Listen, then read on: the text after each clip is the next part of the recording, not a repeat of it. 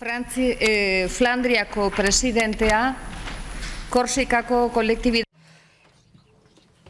Dear Presidents, good morning. Presidents, authorities, President of Flanders, of Corsica collectivity, dear guests, and good morning. RLEG initiative, and to welcome you to the Basque Country. Thank you for accepting our invitation to join us today in this wonderful city of Bilbao. Ongi etorri RLEG ekimenaren 3. ekitaldi honetara eta aurreko lehenengora. Ezagutzen ez gaituzuenoi RLEG ekimenaren berri emango dizuet. Duela 5 urte sustatzen dugu eskumen legegileak ditugun 17 eskualdek eta ekimenaren helburua da Europar Batasunaren gobernantza hobetzea eta gu bertan zuzenean parte hartzea. Eusko Jaurlaritzako kanpo harremanetarako idazkari nagusia naiz.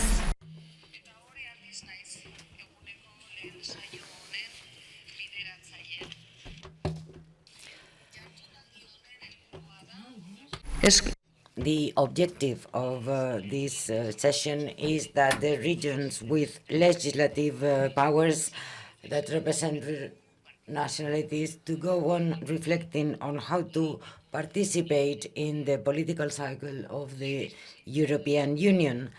In this regard, to make specific proposals to make progress in our journey. Among other proposals, those included at the Bilbao Declaration that has been approved today. We will get to know the viewpoint of the presidents and leaders of the governments that are here present. So, to modify the Union's governance is a complex exercise that requires consensus with other stakeholders. Of course, our work dynamic is always open and pays special attention to the opinions to relevant people with a long European tradition, people with responsibilities at the European institutions, and representatives of the academic world and think tanks. Today, in the second part of this session, we will get to know the opinions of some of them. We have a very interesting experts panel, among them Herman Van Rompuy, participating online with a long political experience. I would like to highlight that he was the first president of the European Council. Also, Mr. Alain Lamassoure, former MEP member of the Convention 2022 and also former French Minister for European Affairs. He would like to have been here, but due to the situation in France, hasn't made it possible. Mrs. Alison Hunter, European Policy Center Senior Advisor, François Alonso, also online. Colin Cicluna with us today, head of the cabinet of the Vice President of the European Commission, responsible for democracy and demographics. Mrs. Switcha and Mr. Igor Filibi, Research Fellow on International Relations by the Basque Public Universities and General Secretary of Eurobasque, without forgetting about Sandrina Tunes, researcher at the Research Center of Political Science at Dominio University and the Free University of Brussels. She will be chairing this panel, and she would also draft the conclusions of today's session. To all of them that I just mentioned, a very special thanks for being with us today and for sharing with all of us their ideas and contributions that I'm sure will be very fruitful for our project. I believe that with all these elements in hand, this session will allow for a fruitful and honest exchange of opinions and ideas. This is our real objective. for today's session, and I will conclude with a brief, some brief housekeeping. You will be able to follow the presentations in the languages that you can see in the screen. You will be able to speak in Basque, Spanish, Portuguese, Catalan, and Netherlands. And without further ado, I'm going to give the floor to the Prime Minister de Lehendakari of the Basque government. Without further ado, the Lehendakari has the floor.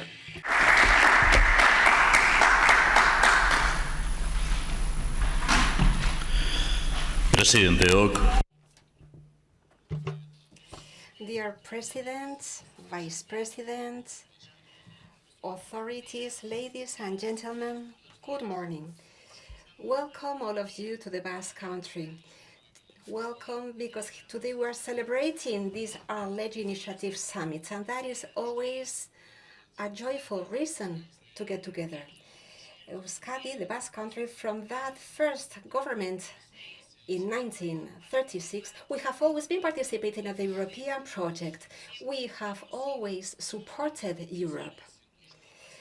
In 1947, Lehendakari Aguirre, the president of the first Basque government, he took part in the founding of the new international teams, precursors of European Christian democracy and the promoter of European political integration. 1 year later, the Basque government took part in the Hague Congress.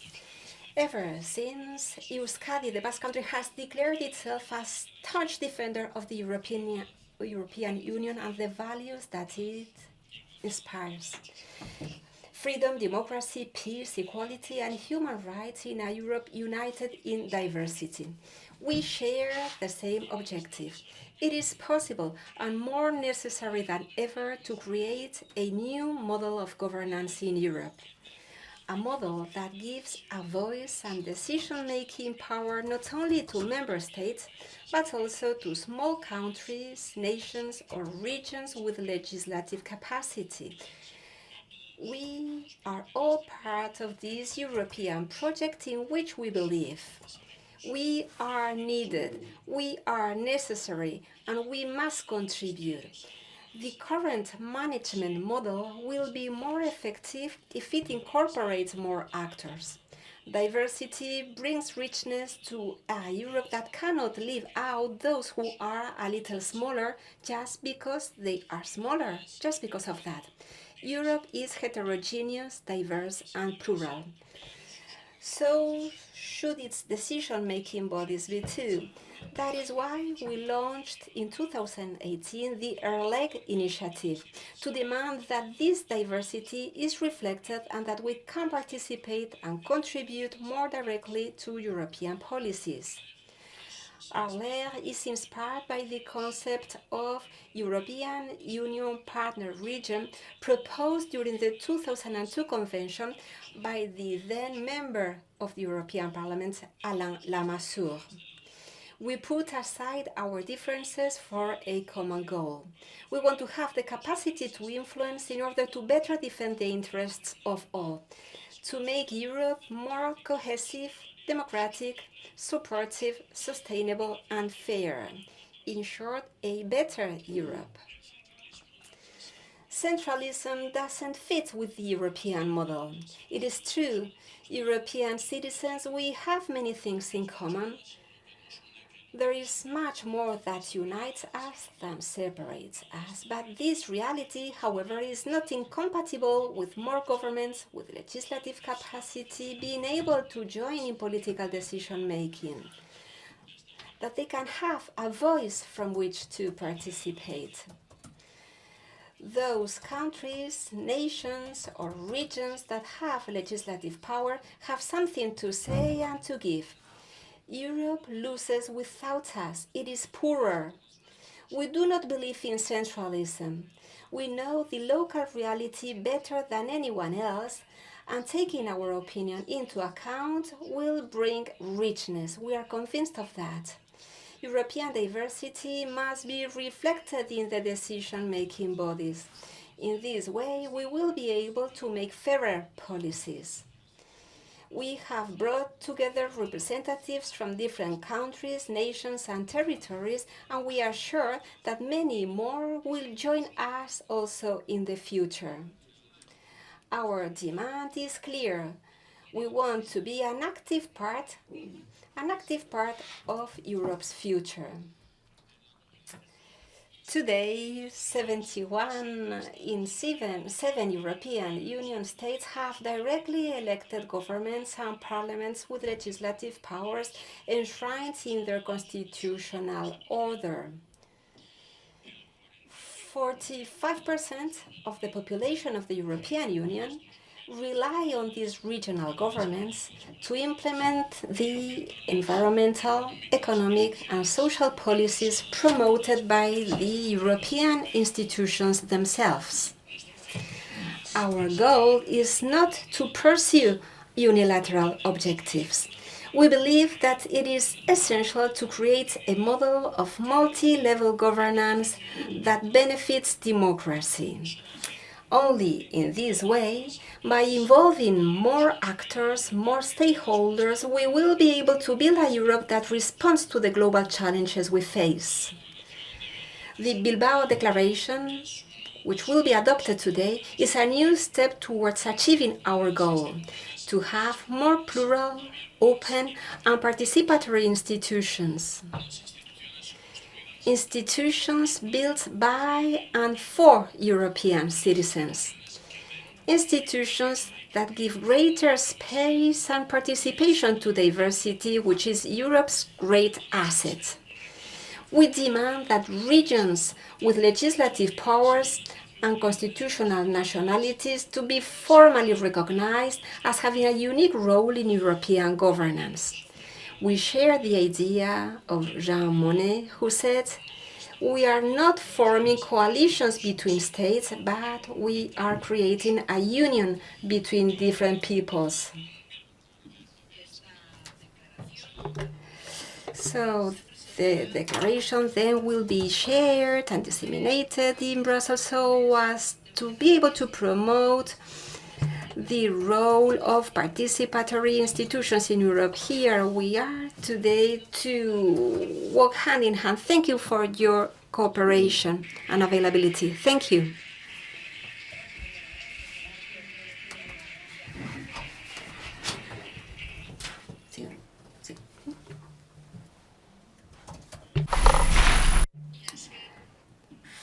Thank you very much, Lehendakari.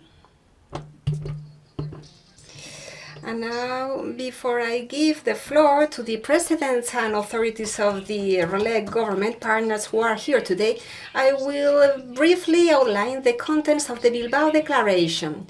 So far, it has been signed already by the islands, the Azores, the Balearic Islands, Catalonia, Corsica, the Basque Country, Flanders, Lower Austria, Madeira, Piedmont, Salzburg, Sardinia, Tyrol, Valencia, and Vorarlberg. In total, 15 different governments, and our wish is that all regions that have legislative powers and share our concerns, that they all can adhere to the declaration if they so wish, of course. And has just been decided in the coming weeks that we will organize, yes, as we said before, we will organize a presentation in Brussels to present the work of the declaration and the RLEG initiative, and we will be submitting the text to the different institutions of the European Union, the Committee of the Regions, the Conference of Local and Regional Authorities of the Council of Europe, and also with the CALRE network. Now, I would like to highlight which are the main contents of the Bilbao Declaration. You will be able to follow the text in English on the screen. So, the text has two different parts. First, it puts things into context, and then there are certain appeals and proposals being made. So if we refer to the text, I would like to underline certain ideas, certain context. First, the text begins after RLEG's introduction. It begins with an express acknowledgement of the need to find common solutions to the challenges we face. Challenges that you all know about. They are on our mind, but together with that statement, then there is something else on the text, and it says that we need to find common solutions to those challenges.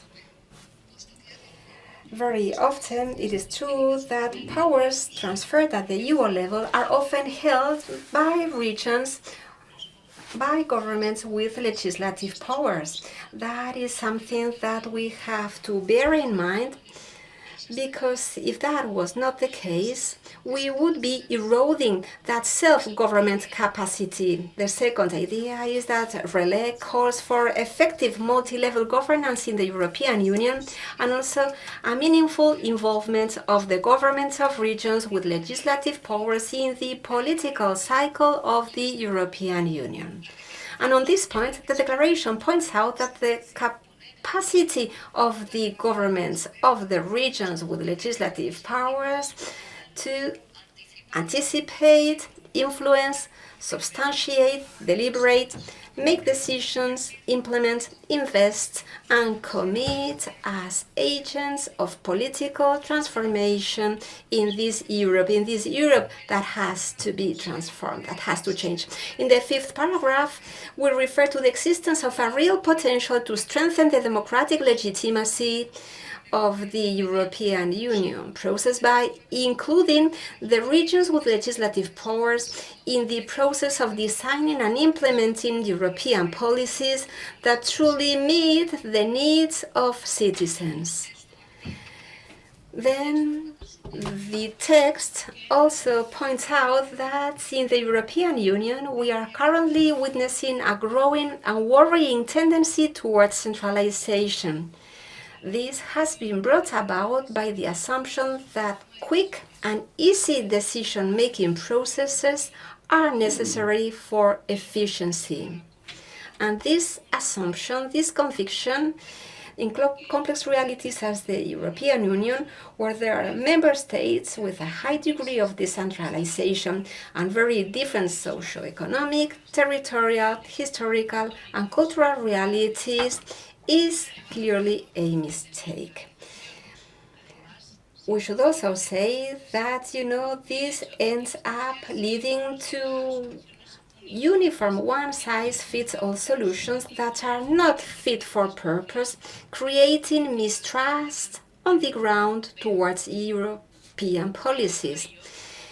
It is therefore recalled that this trend shows complete disregard for Article 4.2 of the Treaty on the European Union, and this erodes the legislative and implementing powers that some regions of the European Union hold by virtue of their constitutional order in their different member states. Then there is a call to reverse the recentralization trend and a demand for more participatory democratic governance that is able to deliver on the ground. It is also recalled that involving citizens is essential to maintain the democratic legitimacy of the European Union, and that regional authorities with legislative powers are precisely the level of government that holds the necessary powers and are closest to citizens.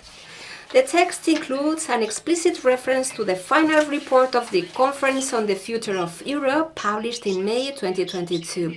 Its conclusion on subsidiarity and the role of the regions is encouraging. Multi-level governance and the involvement of sub-state entities are clearly important for citizens.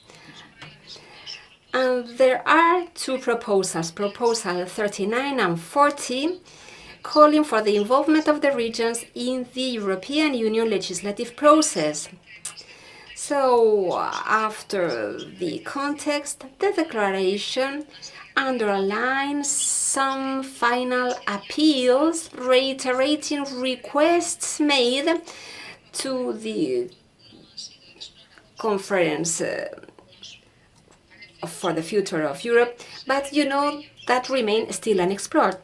And first, it is said that inspired by the concept launched by former MEP Alain Lamassoure during the 2002 European Convention on the role of regions with legislative powers, the different signatory governments call for the establishment of an interinstitutional forum where regions with legislative powers can share on a regular basis advice and expertise with the European Union institutions and have a concrete influence on the decision-making process.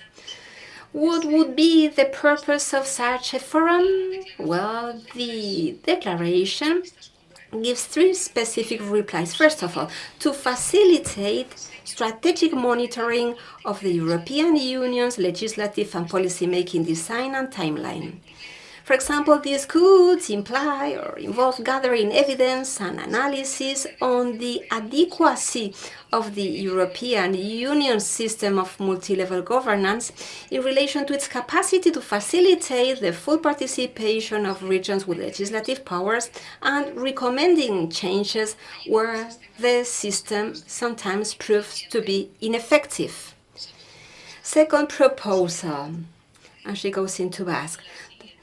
The second proposal implies identifying specific policy opportunities where RLEG can demonstrate its expertise and capacity to engage with and optimize policy development. This could, for example, include the new debate concerning the future of the European semester, economic governance, territorial impact assessment, strategic foresight, or better regulation. Third, we speak about exploring, the importance of exploring, yes, in line with the 2019 European Parliament resolution on the implementation of the treaty provisions for enhanced cooperation and the possibility for regions with legislative powers to participate in those that affect them, that have a repercussion.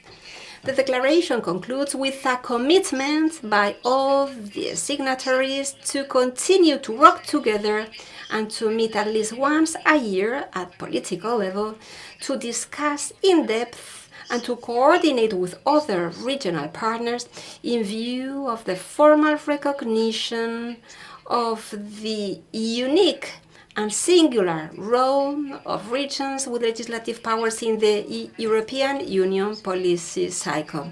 At this point, I would like to thank all our colleagues in this initiative for their contributions to reach a consensus on the text I have just presented. And unless otherwise indicated, we shall consider the text to be adopted.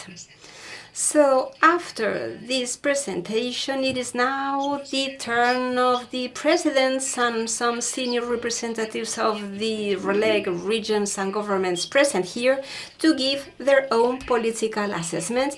And first of all, I will be giving the floor to them. First of all, I give the floor to the Minister President of Flanders, Mr. Jan Jambon. The floor is yours whenever you want.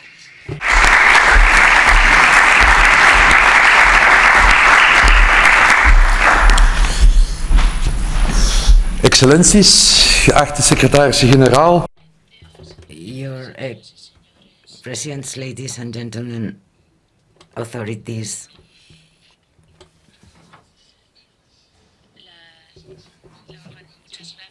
thank you for organizing this interesting event.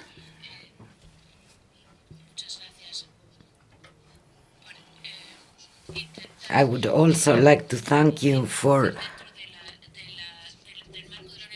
trying to introduce the regions with legislative powers into the European Union. We are convinced that without the European regions, there will no longer be a European Union. Therefore, I congratulate of all the RELEG initiatives, those from the past, but also the new ones that will strengthen the role of the regions within the European Union. I would also like to thank the Basque government for being the driver of this initiative.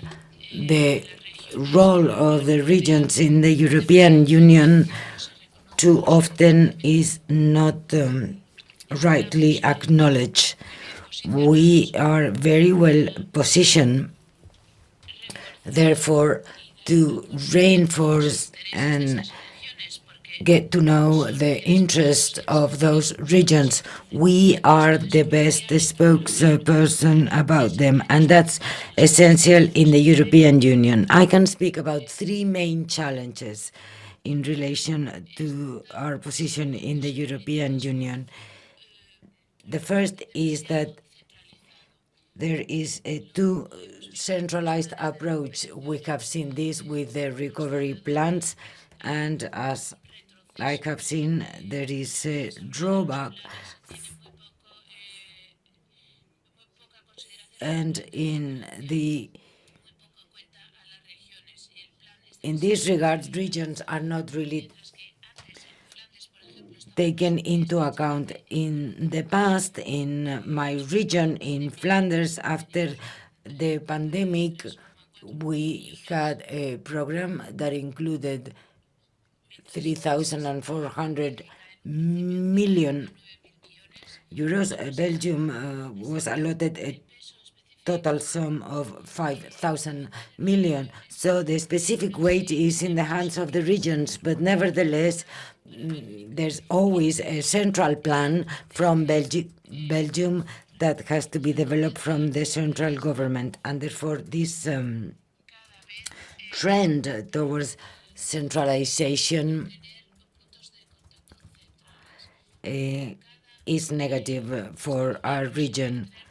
All member states wish to have one single point of contact, and instead of finding a more efficient solution, but at the end of the day, they get quite the opposite, less efficiency and efficacy. The principle of subsidiarity is anchored on the European principles, but is interpreted in different ways. On one hand, due to the scale benefits, that means that decisions should be taken as close as possible to the citizens, and the European Union should focus on those solutions, always taking into account those that are best positioned to defend the public interest. And what is also important is the legitimacy of the European Union. I'm convinced that the right approach is bottom-up, always with the support of the European regions, in order to keep the legitimacy of the European Union. It would be unthinkable that the European Union can offer one-size-fits-all for all the challenges we are currently facing in a situation of a pandemic, of a war, of an energy crisis, or the crisis of our competitiveness. It wouldn't be desirable to have an institutional debate But even so, it's very important at the light of the European elections in 2024 to have the acknowledgement of regions with legislative powers would be a necessary step forward. We only need the political willingness to do so. It's not so difficult.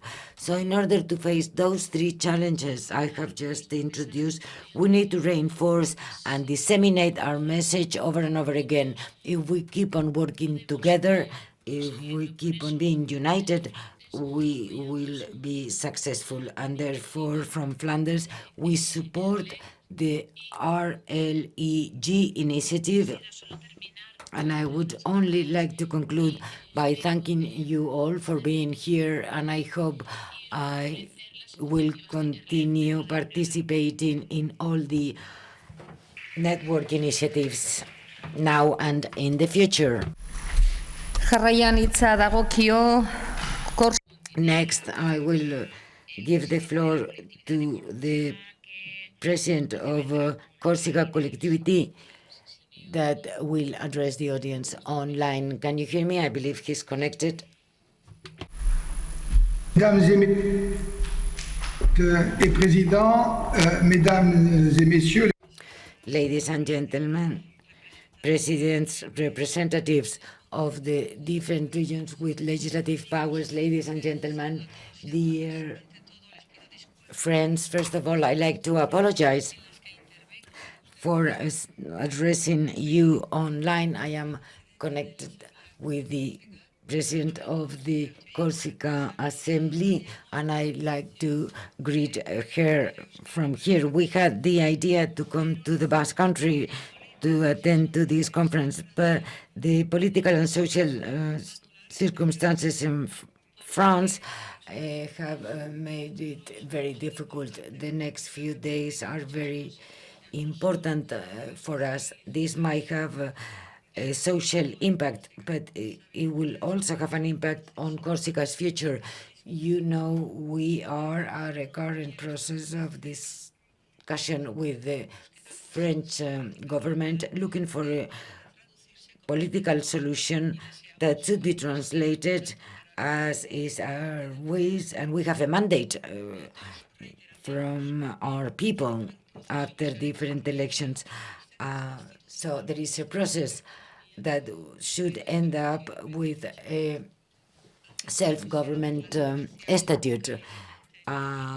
First, I would like to warmly greet the Basque government and the Prime Minister the Lehendakari for this invitation, for this occasion to restate together our common willingness to make progress towards a more democratic Europe, a more respectful Europe to the people and the citizens that are part of it.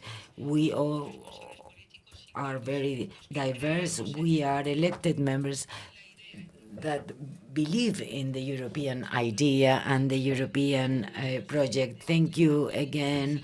Thanks to the Basque government, thanks to the Lehendakari, and the many greetings to our Basque friends, and also to all those representatives of their regions in this meeting, and especially to the representatives of Catalonia and the Balearic Islands, that I know them personally. Just a few words to say that if I didn't have to speak in French, maybe I would have been speaking in course. This is my mother tongue. This is a bilingual region, and we wish it to be the rule, but also as a principle. We are waiting for an administrative decision of the Bastia's court after an appeal from Corsica that asked the annulation of the Corsican Executive Council. Both regulations stated that the official languages had to be French and Corsican. This was revoked, specifically this regulation that had been previously unanimously voted by our elected representatives in Corsica. So now in the institutions and the public life, Corsican is not longer spoken, is even forbidden at the Corsican Assembly and in public services. This decision is important. It perfectly shows how much we need to feel linguistic democracy on its own. So today's meeting is around a declaration that will be vital, but unluckily Corsica is not yet a region with legislative powers. It will be. This is what we wish. This is our project, and in the next few weeks and months we hope to make it realize. Thank you for this project, and thank you for deciding that Corsica could be part of the regions as you are meeting today. To conclude, Europe needs to reinforce its link between the public, the regions, and the states, and to that aim, it needs to be supported on the living communities that we represent. Europe was built historically based on the subsidiarity principle, so the decision was already taken. So, and this is where we are more efficient. We should always be the closest, the better to the citizen. And whenever this is possible, we should apply the principle of autonomy. Today is the least common denominator in the European Union. Some of us represent people's regions without a state. About Corsica, we are a people. We are very aware of this, and we want a self-determination status. Some others even want to go further. Of course, there are other regions that for decades have their own interest, and we need to keep our linguistic and cultural acquis. And therefore, we will ratify this declaration together. Thanks a lot, and greetings again from Corsica.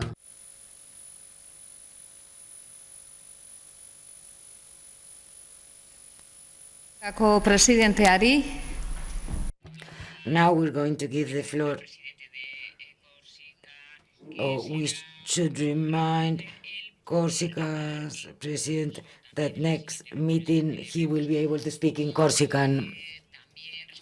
And we, of course, wish to respect all languages we represent in our network. Of course, this is the real wealth of Europe, and also the motto, we are united in diversity, and diversity is part of, or is the core to our network. Now I'm going to give the floor to the Vice President of the Alan Islands, Mr. Harry Johnson.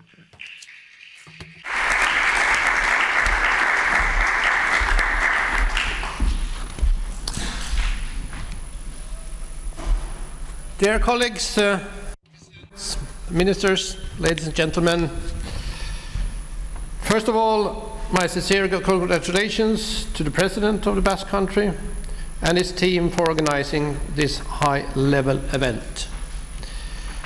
These discussions are very timely, and I can't imagine a better setting for our first meeting than the beautiful Basque Country. We are here today representing many different autonomies, nations and regions with legislative powers.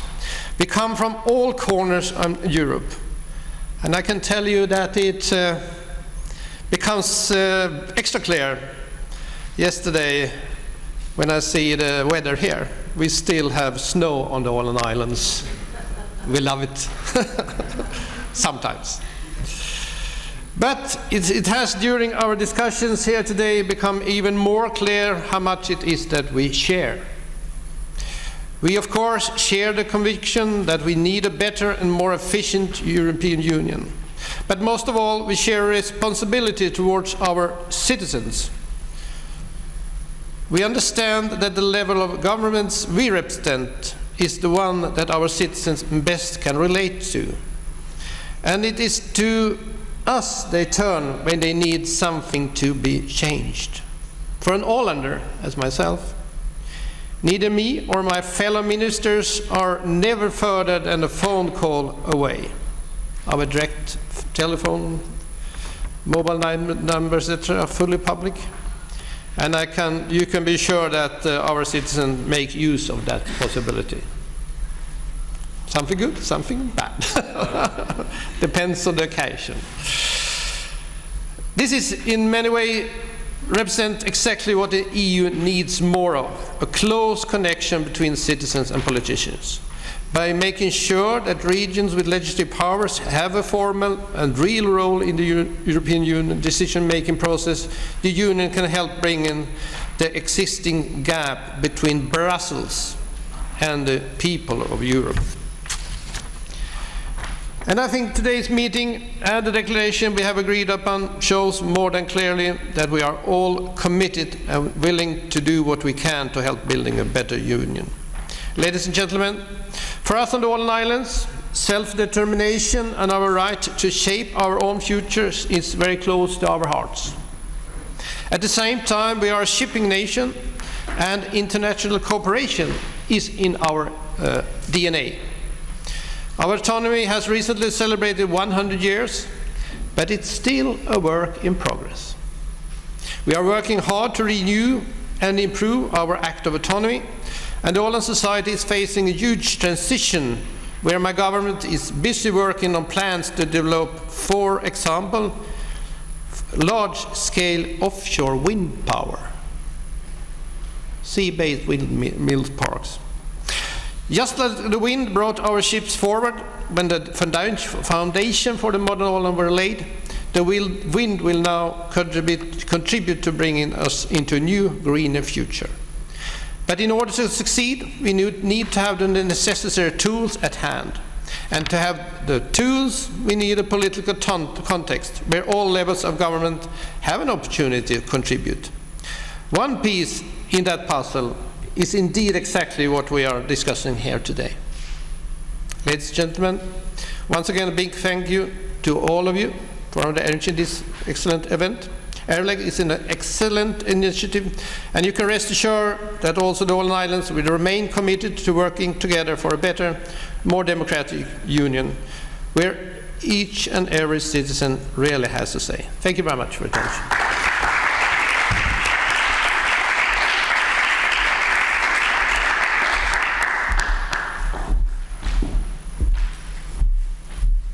Thank you very much, Mr. Johnson. And now the floor goes to Meritxell Serret, consellera de Acción Exterior del Govern de la Generalitat de Catalunya. Cuando quieras. Meritxell Serret has the floor. Muchas gracias. Thank you, Marianne. President, authorities, Vice President, ministers, dear friends, ladies and gentlemen, thanks a lot for inviting us to be here today in this high-level event in order to approve this political declaration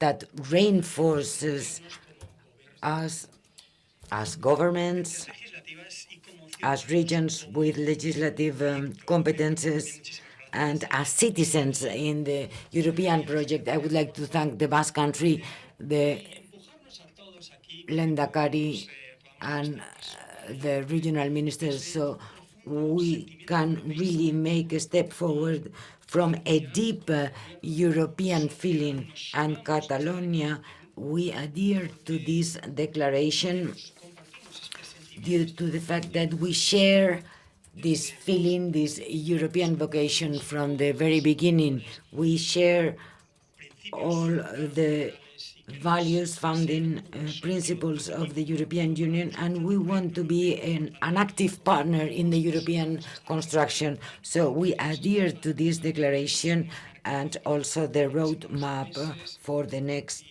few months in order to continue making progress in the consolidation of an initiative that will make us all stronger. As the previous panelist has said, we have deep challenges ahead.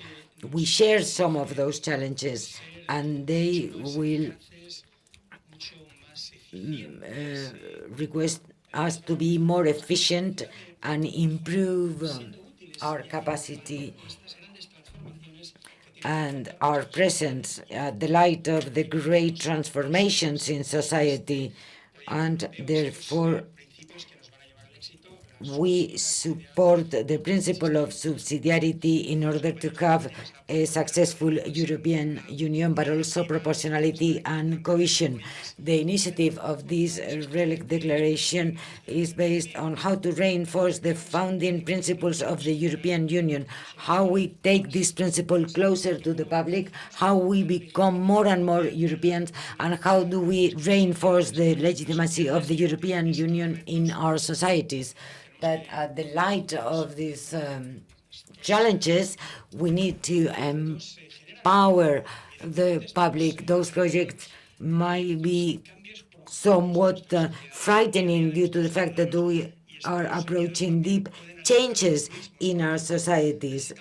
So we need more than ever a strong European Union that respects its principles and values. So through our policies and our participation in the European project, we will really provide solutions to our citizens, solutions they can trust, and also institutions that the citizens can trust. From our governments for a long time, we have a long experience in cooperation. We have been in different networks, so we can provide our experience to the European project. We manage European funds. We also offer innovation. We design public policies that might reinforce the European project, making it closer to our societies, always creating a trust in this project, in these policies, in the different European projects.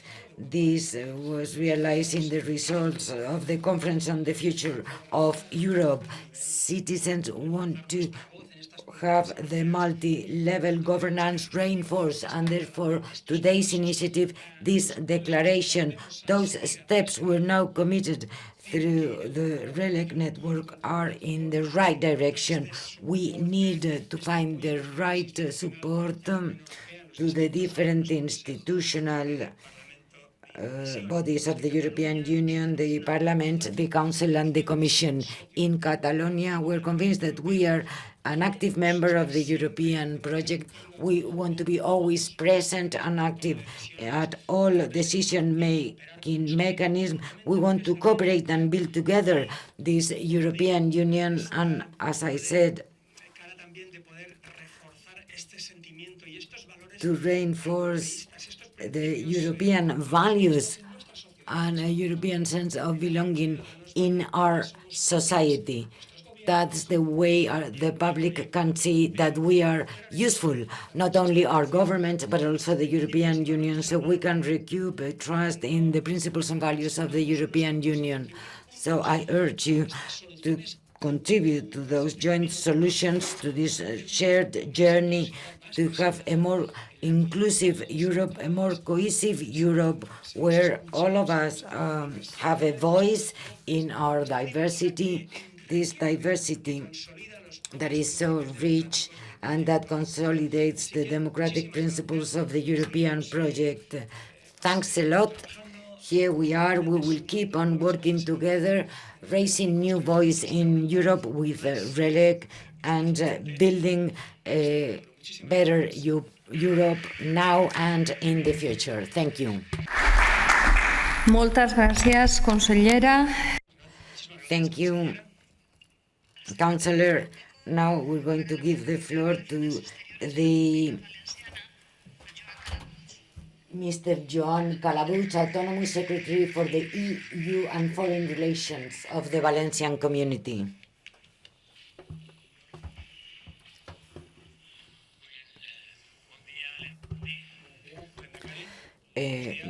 President, Lehendakari, authorities, representatives of different regions with legislative power. First to be said is to also greet on behalf of the President of the Generalitat. I know the Lehendakari has a very good relation with this common area, and we are very happy to have the opportunity to be here. And I wanted to link with the former councillor words. We are fully European. That's why we are here. We're not here to deny the European Union, but to reinforce its legitimacy through greater inclusion and participation of the regions with legislative powers. I also agree with the fact that the Conference on the Future of Europe has opened up a new space, has started a process that sooner or later there will be changes in the institutional framework of the European Union, and we need to be there, we need to be present here, we need to be there to reinforce principles as subsidiarity principle, due to the fact that this will have an impact at a territorial level. We therefore express our support to the proposed declaration. We have also participated in the process, and we believe that we need to do a strategic follow-up of strategic and political decisions taken at a European Union level. We agree that we need a common strategy the light of this situation, and that we need to incorporate the regions with legislative powers so that we can have a greater influence in our societies. The challenges ahead are really incremental. We need to raise our voice. The pandemic taught us that the future will bring about the healthcare European Union, also that fiscal and economic policies will change, and the Europe energy union might also be a reality. Of course, there are some other elements that might have an impact on our daily life. The customs and duties union, or essential policies as cohesion policies or the European social pillar. All those elements are important for all of us. They have an impact on our territories, and therefore we support these initiatives. And as I said before, we are ready to go on working on it in the future.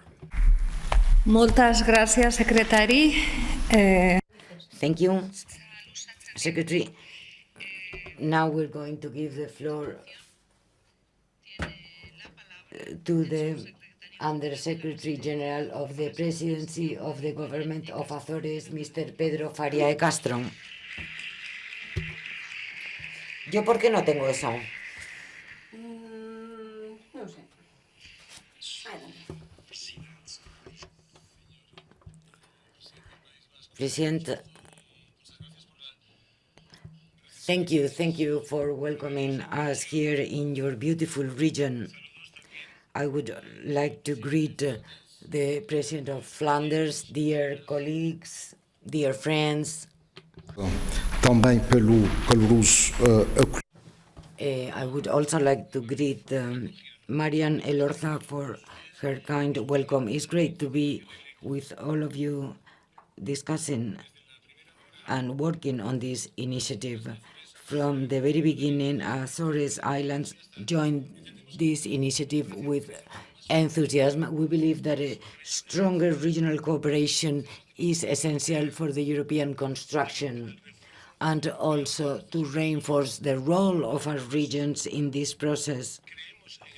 We believe in the impact of regional cooperation, and that's why the Azores government gives priority to the collaboration with other regions within the European Union in the fostering of a common interest in order to have a coordination of our positions in the European Union policies, and also to reinforce our role as regions with legislative powers.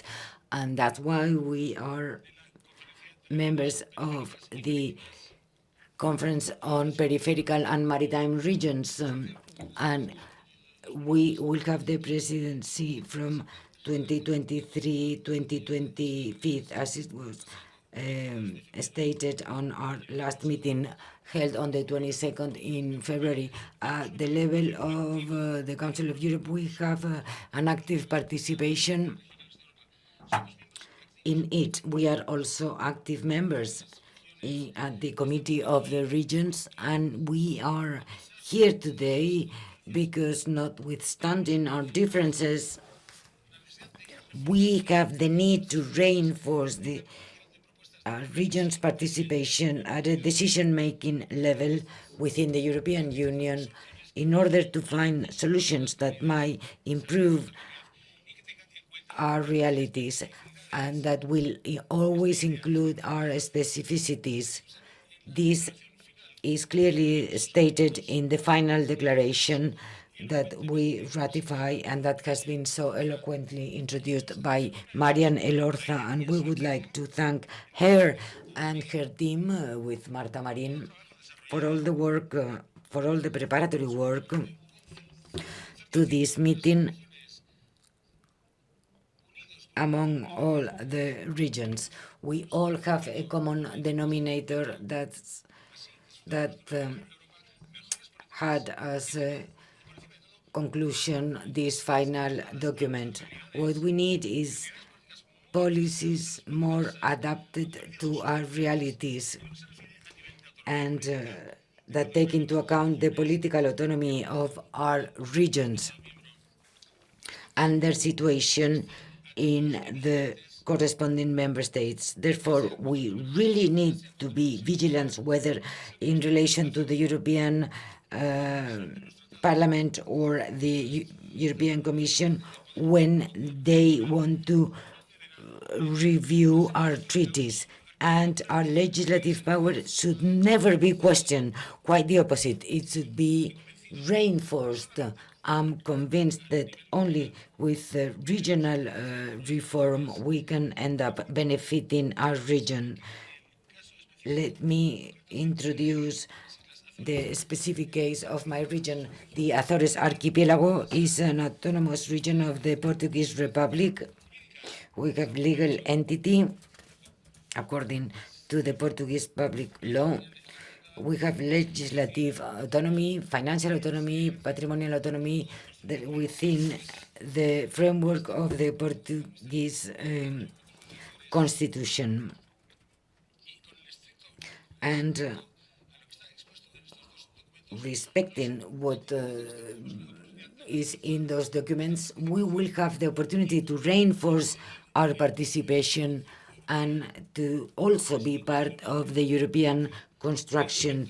And directly, these type of events are essential so that the regions with different levels of development, with different languages and heritages, but with common problems and with common interest, which is the development of their own regions, is therefore important that they get together in a reflection, in a discussion about what's best for each region in order to face our current challenges. Let me also share with you a reflection Today, within the framework of the Committee of the Region, it seems quite difficult to be successful in our objective. So we also need the formal acknowledgement of our regions with legislative powers within the European Union. We want more participation, more democracy. And in the current situation, there are additional pressures exercised against our regions. And our citizens are European citizens. And a final comment on solidarity. Well, and solidarity with the Corsican president. We will be okay when we will all have the chance to speak in our mother tongue. In Azores, we only speak Portuguese, but if someone wishes to speak in Corsican, they should be able to do so. Muito obrigada. Aurrera goaz eta oraingoan. Thank you very much. And now, Fernanda Cardoso.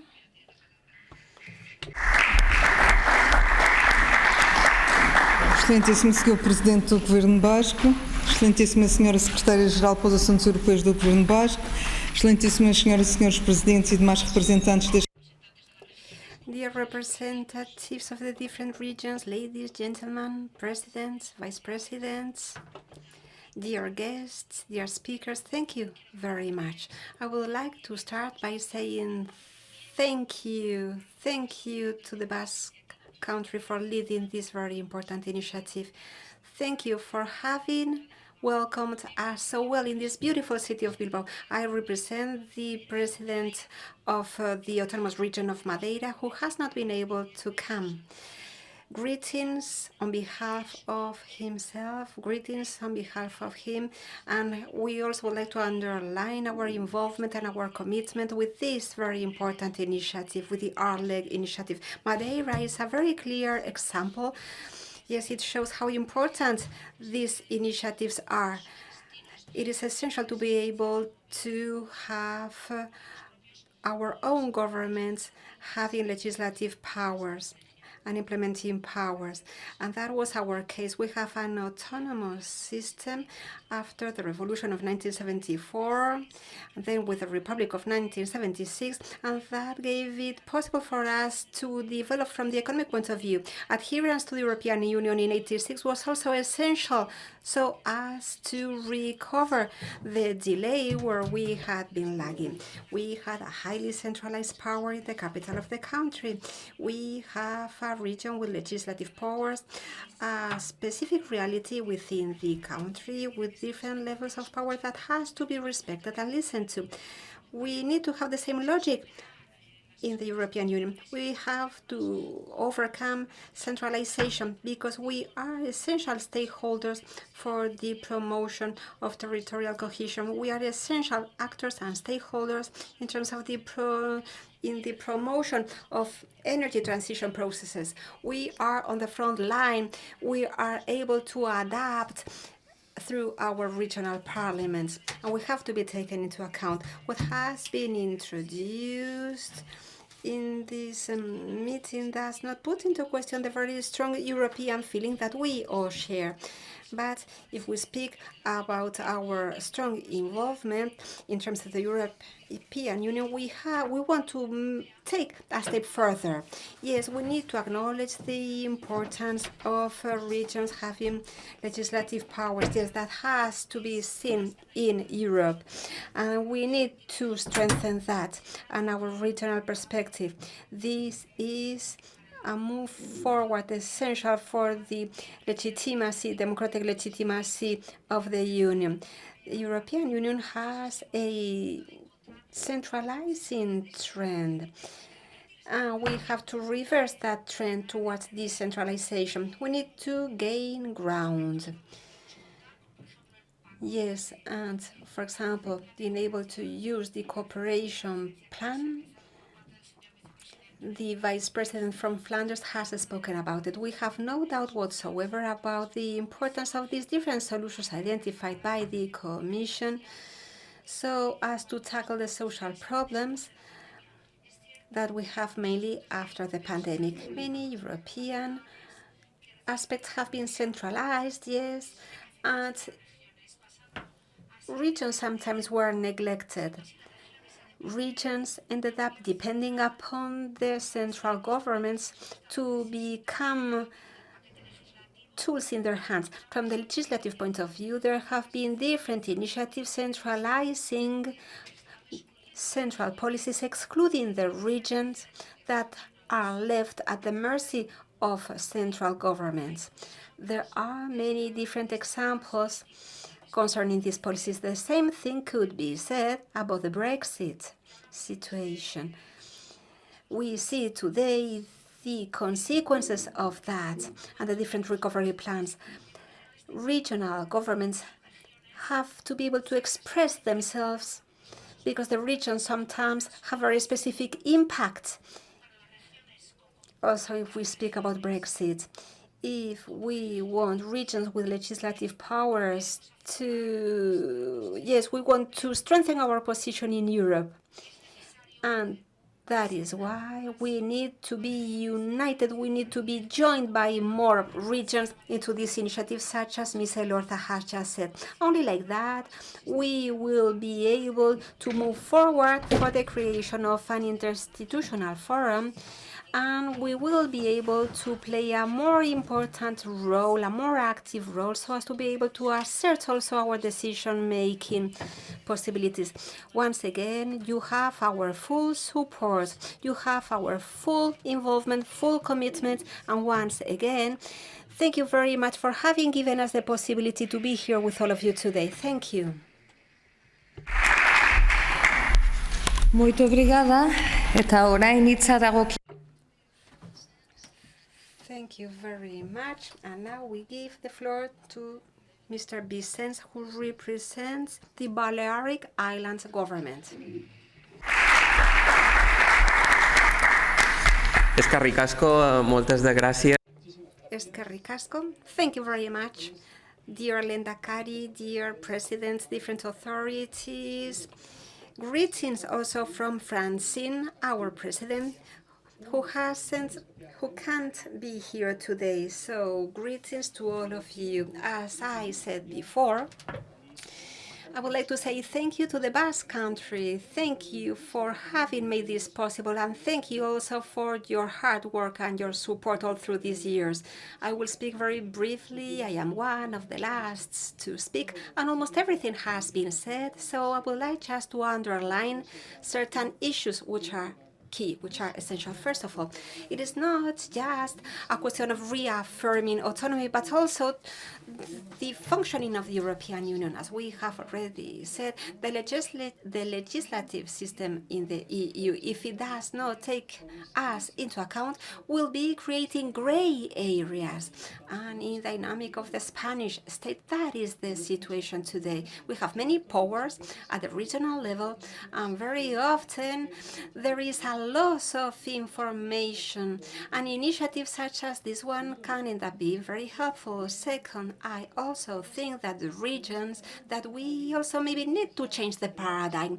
Let's not consider ourselves as peripheral.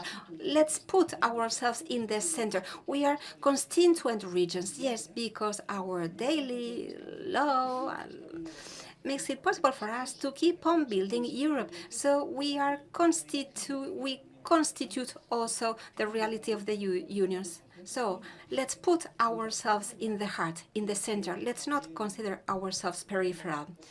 Third, and going back to what the Balearic Islands just said, trying to create this agreement between the islands, I think that in the European agenda, we need to join those different initiatives to bring them together. And if I say that, is because I think that we need to carry out different environmental studies, fit for purpose studies, so as to be able to incorporate within this process, this territorial discontinuity that we are. So at the end of the day, the idea is to strengthen, to enhance our solidarity and to make the Atlantic macro region ours, just as the agreement between the islands, and to support it jointly. And whenever we see abuses, such as those referred to by our Corsican friend, the fact, for example, of not being able to use Corsican language in the government, that is outrageous. So let's show solidarity so as to build this network all together. To sum up, we should try to make it possible that this motto, united in diversity, that should become a reality. Because if that is not the case, if that is not so, we will be united and we won't be able to work together. Moltes gràcies. Eta orain, last but not least. Thank you very much. And last but not least, I do not know any longer if I'm speaking Basque, Spanish, or what. I would like to give the floor to Alberto Pontu from Sardinia. Grazie a tutti. Sono molto veloce, mi hanno detto di fare. Thank you very, very much. We do not have that much time, so very, very briefly, the president of the Sardinia region, Cristian Solinas, would like to convey his greetings. Yes, greetings to all of you. And thank you to the Basque Country. They all wanted to come, but they haven't been able. Well, here I am, and let me tell you very briefly about the intentions of our president. In the situation in Corsica, yes, has attracted my attention. Yes, it is outrageous. Corsica is only 3 kilometers away from us, from Sardinia. But it is true that discrimination is there. We have legislative powers, but that is not their case. States cannot decide whether a region can be represented or not. So we need to help each other. We do not believe that states can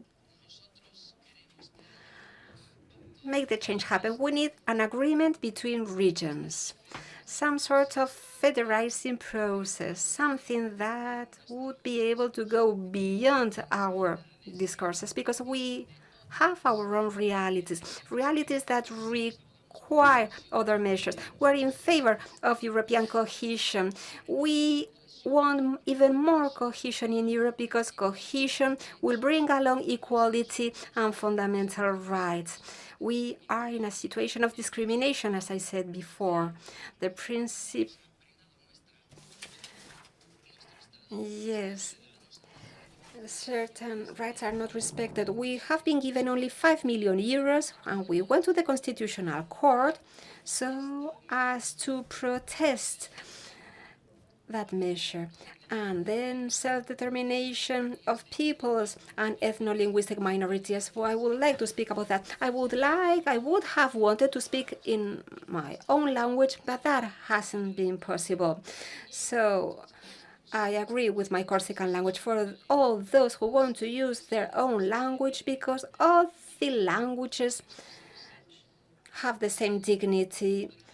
Maybe Sardinia could welcome next meeting. We have beautiful weather. Right now I could be swimming in the sea. In other countries, they have their landscapes under the snow, so we would be willing, ready, and happy to welcome you. Fraternity is important. Thank you very much. Grazie a lei. Prossima volta ne parleremo in corso. Maybe next time we'll be able to speak in Sardinian. Yes, let's hope so. And now, well, we are almost at the end of this first part of the morning, and we have a little break, a little coffee break. Please, let's be back here at 11:30, only 10 minutes. So see you in 10 minutes. Good morning to you all. It is a pleasure to have you here. We will now start another discussion on RLEG, and with our eyes put on the future. We have here very interesting panelists that will be able to shed us some light on the future in order to stimulate this discussion that is already more vivid than ever. So before I ask three simple and maybe tricky questions to my panelists, I will first introduce them. So I'm pretty sure that many of you already know them, but I will, even though, just give a brief presentation of each one of them. So I will start with Mr. Herman Van Rompuy. He's a former Prime Minister of Belgium and President Emeritus of the European Council. Today, Mr. Van Rompuy is President of the College of Europe in Bruges and active as Honorary President of the European Policy Centre. Mr. Alain Lamassoure is a former MEP, member of the Convention on the Future of Europe, former French Minister for Budget and European Affairs. Good morning to you. Mr. François Alfonsi is a Corsican MEP for the Greens IFA. Mr. Alfonsi works to strengthen the role of regional and local authorities, particularly regions with legislative powers, in EU decision-making and promotes multi-level governance. Mr. Colin Scicluna joined the Ministry of Foreign Affairs of Malta in 1994. In December 2019, Mr. Colin Scicluna was appointed as head of cabinet to the Vice President of the European Commission for Democracy and Demography. Last but not least, Mrs. Alison Hunter is a highly experienced Brussels-based policy consultant and advisor. Mrs. Hunter is a senior advisor to Brussels-based think tank European Policy Centre in cohesion policy, regional innovation and industrial growth. That said, I will now turn to my questions, and I will first start with Mr. Herman Van Rompuy. My first question would be, could you please give us your views on the pertinence and relevance of the role of regions with legislative powers in the integration process of the European Union? Dank u voor mij het woord te geven. Thank you for your question. First, I should say that in November, I came to Bilbao to address the university, and therefore I also took this chance to visit in the city of Guernica, the parliament. I very much enjoy the place you're all here today. I want to greet the president of my region, the previous speaker at the opening session today. And about the question, if we see the last decades and the last years, we can see two different movements or leanings, one to a smaller scale and the second into a greater scale. The one of a lesser scale responds to the human need of proximity, a greater closeness, administrative closeness, and also emotional bonding. And this reduction of a scale responds to the need as humans to face our fears. And if we relate this to a greater integration in the European Union, this responds to general political needs, but also to geopolitical needs. The two movements do not have to be contradictory, quite the opposite. They could reinforce each other. They both respond, nevertheless, to two different starting points, but share something in common. There is a transition of competences, of sovereignty to the bottom approach, bottom up and up down. central entities in the member states are still very strong, but they are less relevant than in the past. There is also another common point between the regional model and the European one, but in a negative sense, which might happen at all administrative levels. We see the problem of lack of trust in democratic institutions. Of course, this democratic deficit is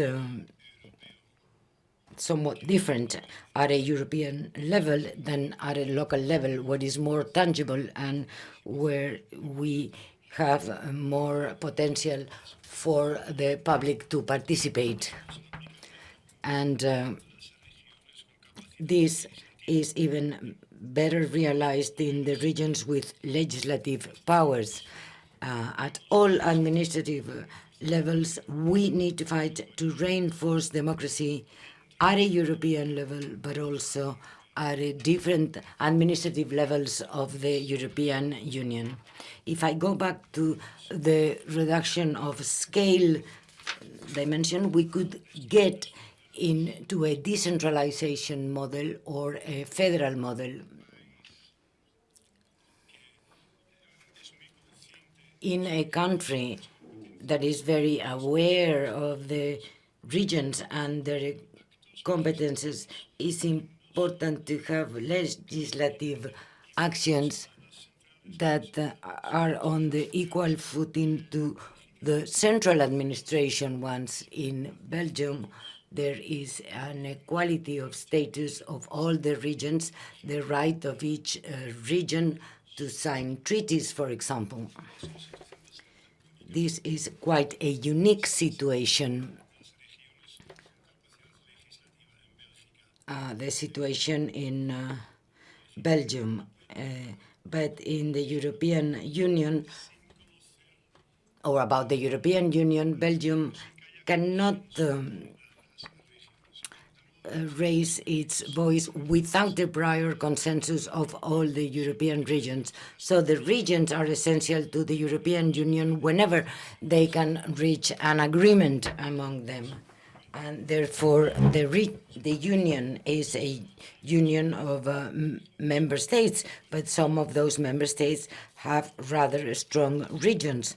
On the other hand, we have the union of the citizens that are very identified to their regions. I don't mean with this that regions with legislative powers have the obligation to be inspired by the Belgium model. Anyhow, is not is still work in progress. But at all levels in Europe, we need to reinforce legislative powers of those regions with legislative powers. On the other hand, we have the role of the regions with legislative powers. The role those regions might play is really important. The question is how large this role is really relevant in the European Union, how important their role is within the Committee of the Region, and how important is the Committee of the Region within the European Union. So far, they are not relevant enough, and at the light of the future of Europe, is being suggested to give greater status to the Committee of the Regions, and therefore the Commission should explain why so far they haven't addressed the recommendations from the Committee of the Regions. I'm convinced that the reinforcement of the regions with legislative powers within the Committee of the Regions is not easy.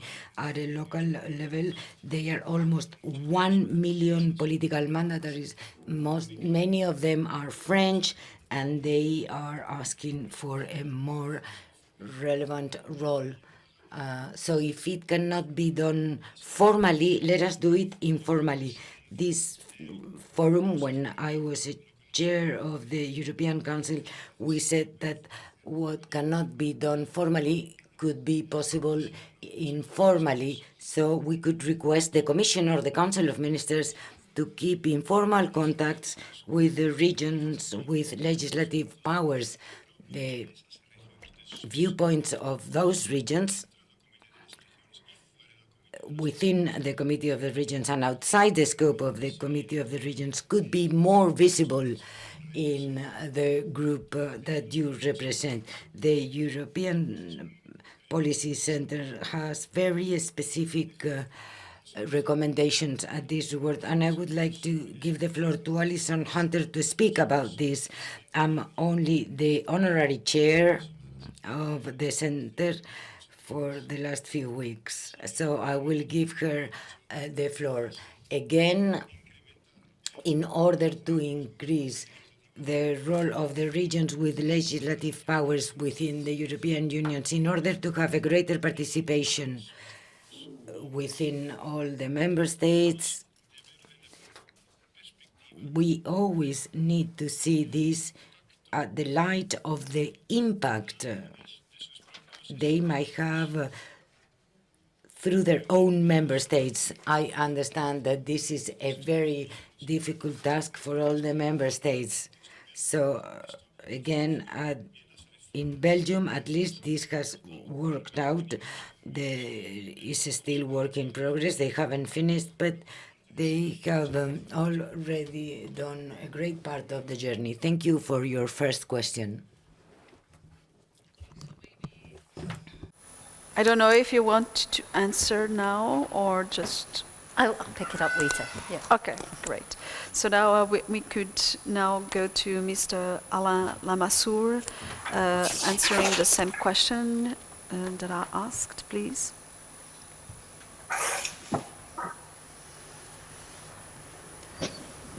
Merci beaucoup. Thank you. Thanks a lot. Before anything, I would like to congratulate the Basque government for having organized this very important high-level event. And at the same time, I would like to thank the Basque government for their invitation. For some years, Lehendakari, Mr. Urkullu has been a leader, a pioneer of the role of the regions in the European construction, as we can see today in this meeting, even though some of us, due to our own situation in our countries, have not been able to be physically in Bilbao.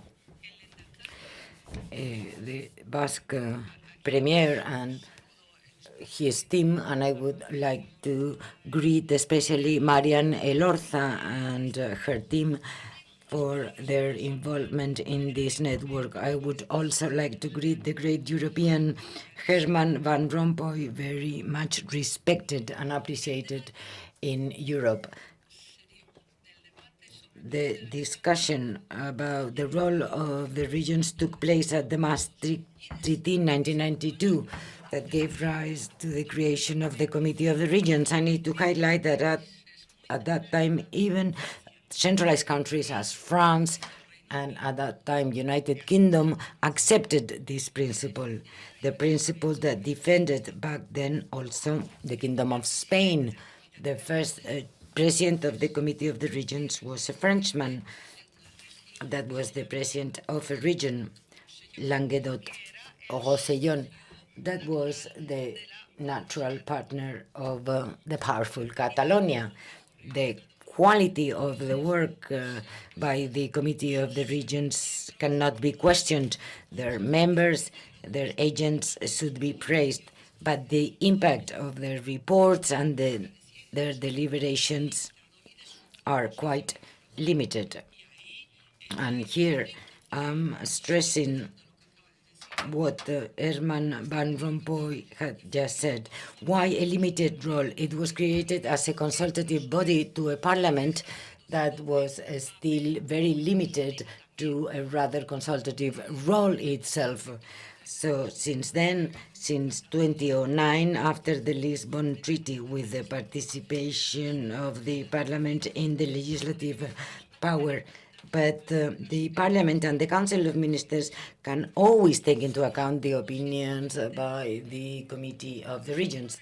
The composition is heterogeneous. The authors of the treaties on a voluntary basis wanted to avoid the creation of an assembly with representative with legislative representation, and therefore there is a heterogeneous level of administrations, even at a village level, and each member state that will decide on their power. Later on, new treaties gave new competences to the Union with the risk of contradictions and conflicts with the regional competences in some states. There was the enlargement towards new member states. There were internal reforms in some countries in order to decentralize them, or, as I heard this morning, to go back to centralization. And especially, just to give you an example, for the entrance to the European Union of some small states or microstates gives a rise in relation to the quality of territories. Malta is less populated than the Bremen in Germany. That is the smallest of the 16 German lenders. The population in Malta is many times smaller than the European population, and is represented at all the institutions in the European Union. There was a new discussion in the Convention for the Future of Europe 20 years ago. At that time, a few of us proposed that the regional reality had to be overtly included at the European treaties that we hoped to be constitutional back then. We needed regions to be included in European policies, and the way the members are managed. But the way they manage their territory is still a competence by the state. But if the states give important competences to the regions, they can also work at a micro-European level. That's the situation of regions with legislative powers. We have proposed three complementary amendments to be introduced at the treaties. First, the obligation to the Commission to take care of the consultation of those regions with legislative powers in their remit. And this is what Herman Van Rompuy mentioned, to make it binding at a European level, what is already the case in Belgium. The second amendment, the possibility for the regions to have direct contracts with the Commission for the management of structural funds, cohesion funds, or other budgetary facilities of their remit. The President of Flanders, Jean Chambon, this morning gave an illustration of the specific problems that the European plan is giving rise, that was adopted in 2020. He explained how they implemented it in Belgium. And the third amendment, the possibility for a region to directly request a case to the European Court of Justice when a member state wanted to steal their competences. At that time, this initiative, of course, was considered as too daring, and I'm glad that Bilbao Declaration is also relaunching this initiative with the creation of a forum that would link all the representatives of these regions. Thanks a lot. Thank you so much. I will then give the floor to Mr. François Alfonsi. Oui, bonjour et merci de... Good morning, and thank you for your invitation. I would like to greet the Spanish Premier, Mr. Urkullu, for his role in promoting regions with legislative powers. In my address, I wanted to call the attention on the difficulty for the European construction without meeting their members' expectations. Corsicans, Basques, Catalonians, and some minorities in Hungary, Romania, and some others, we all share a situation. Millions of European citizens that are waiting for an acknowledgement of their participation in the European construction. The Basque people has been part of the European construction and wants to have a role. It's therefore very important to give it this chance. In the framework of the European construction around states, it's clear that we face institutional difficulties to expand the framework by the solution of independence, which is very difficult, as we can see in the Catalonian example. What is important is to have discussion and debate, but everybody can and should raise their voice and present their aims and objectives. About the constitutional matter, as is already been included at the Lisbon Treaty and is now again being approached in the new conference, the idea is how to act at an institutional level in order to enhance this progress. Otherwise, we will continue having millions of Europeans that do not find their place in the future of Europe that might justify their participation in the European history. This is a problem of equality of all peoples and also a problem of credibility. If we want all European people to have an impact on a future for all. I will give you an example. Several MEPs in an intergroup, in a task force that addresses this topic on a regular basis, we, together with some associations coming from the civil society, we want to raise our voice. We have one of the minorities that have not been acknowledged by the European institutions among our members, and the Commission should be very aware of this type of situations. As is been said in these minorities, is but to say that this is a competence of the states is not a very healthy response.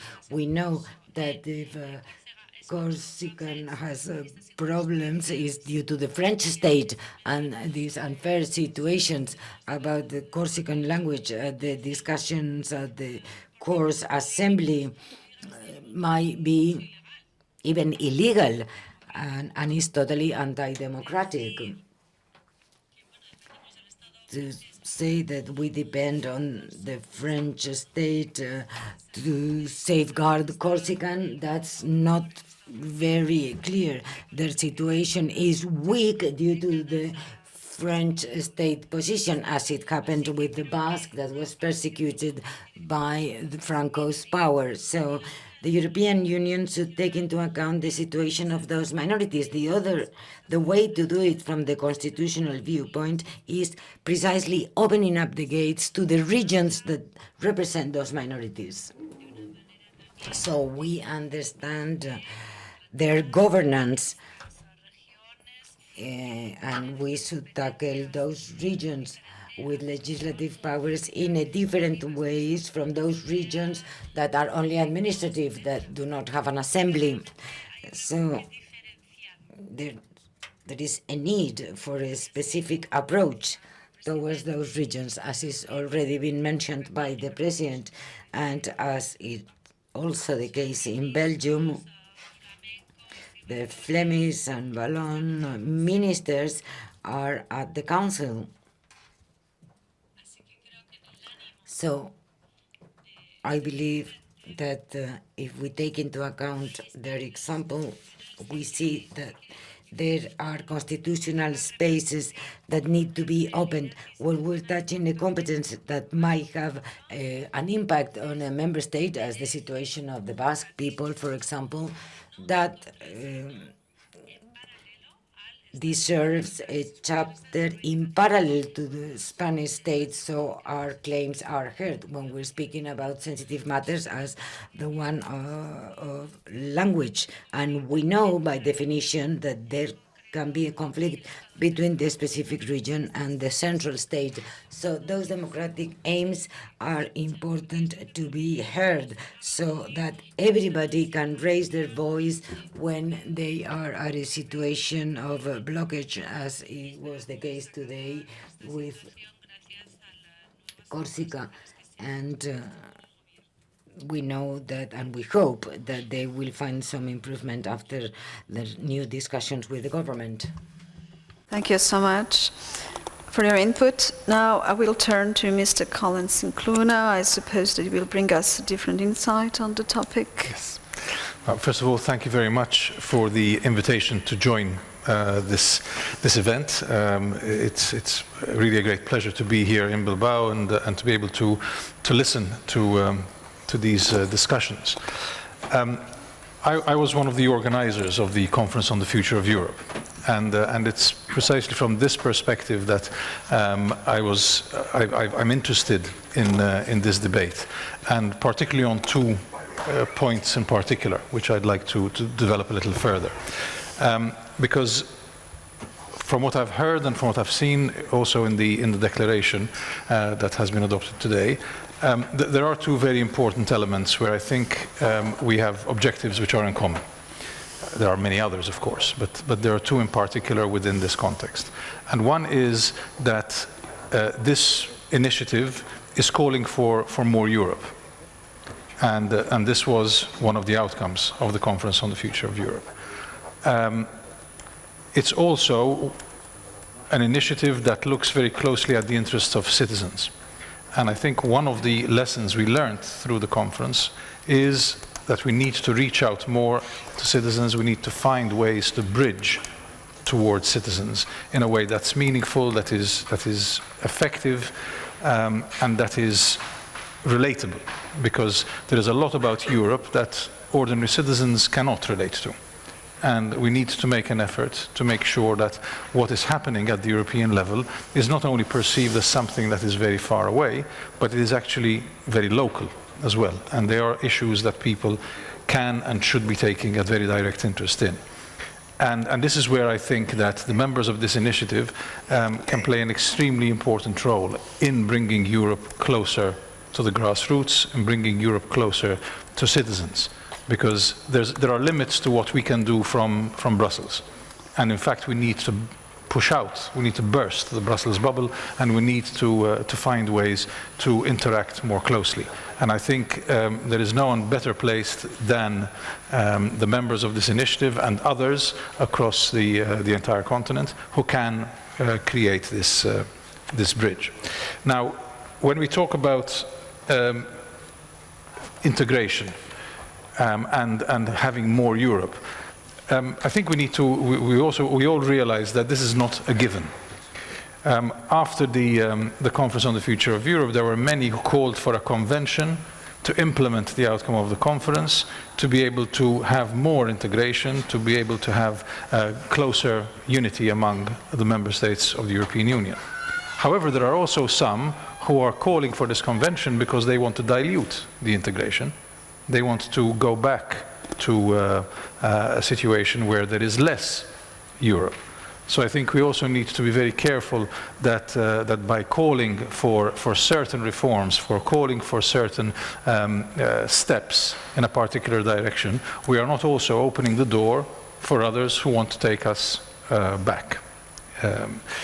Also, I think the Conference on the Future of Europe, and there are many things one can criticize about it, there are many lessons to be learned from it, but I think one of the many lessons learned is that if we do make an effort, we can engage with European citizens in a multilingual environment, in a cross-border manner, and not only focusing directly on the specific, let's call them markets, or the specific member states or regions or towns or villages. We can do this in a way which is inclusive across the board. And this pan-European environment, this belonging to Europe, is something which I think citizens do not necessarily appreciate yet. And it's something that we need to, I think, bring into the political discourse in a more substantial way. Because many of us can define easily what it means to be from our country or from our region or from our city, but it's very difficult even for somebody like me who's lived in Brussels for many years and worked in the European institutions for many years to explain what it means to be European.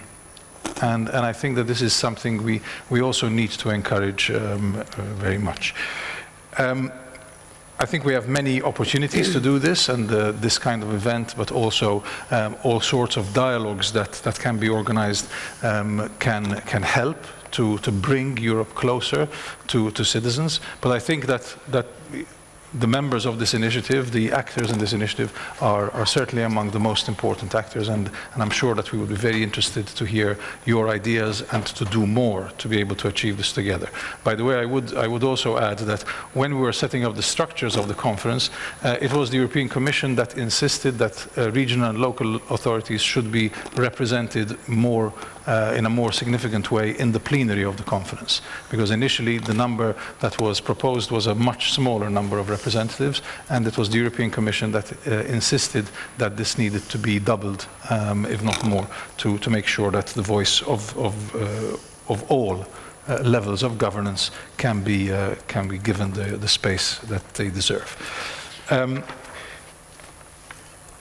I think that when we look for more Europe, it is also important that we appreciate what the citizens are telling us that they want.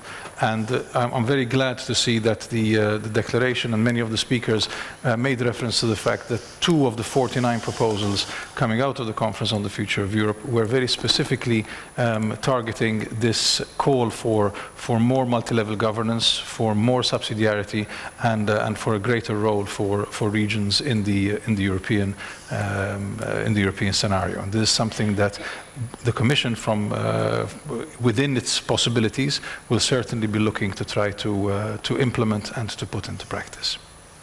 Thank you. Thank you so much. I will then now, last but not least, give the floor to Mrs. Hunter. Thank you. Thank you very much for the invitation to join you all today. Thank you to the Basque Country for hosting, and I'm very, very happy to be here. The report from the European Policy Centre has already been picked up on by Mr. Van Rompuy, and I will refer to that quite a bit in my intervention, but I want to update it a bit as well, because even since then a lot more has happened. But one of the key recommendations in the European Policy Centre report related to structural dialogue with EU institutions, and I believe this is at the core of gaining strategic traction for the RLEG initiative. However, that is not inevitable, and it will not be straightforward. Europe's future lies at a new crossroads in the context of crises and geopolitical challenges, and the current space for progressive debate is rather limited. Therefore, efforts to carve out a unique position, a compelling narrative, and a clear delivery plan need very careful consideration. And I want to draw on 3 points from the EPC report from last year that I think have more importance now than they did even before. The first of these has already been mentioned. It's about tackling growing perceptions of an EU democratic deficit. The crisis period since 2020 has called for a bigger state role. There's no immediate or short-term pathway away from this. But it does feed a populist narrative about the EU's creeping grip on dismantling national sovereignty, and that it creates a democratic deficit. Sitting at the boundary of citizens, member states and EU decision-making, the RLEG initiative could help to unpack this issue with solutions for how to address this worrying trend. There can be no EU integration when citizens perceive an EU democratic deficit.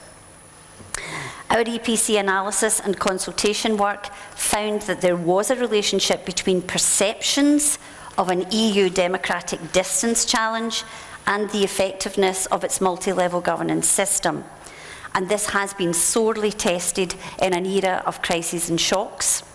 And as we know, it's at the EU level that the fears of EU citizens are often played out. Rapid EU responses to the health pandemic, to then relating to its impacts and marshalling support for Ukraine have been activated and driven through top-down action. Was there a better or a different way to do this?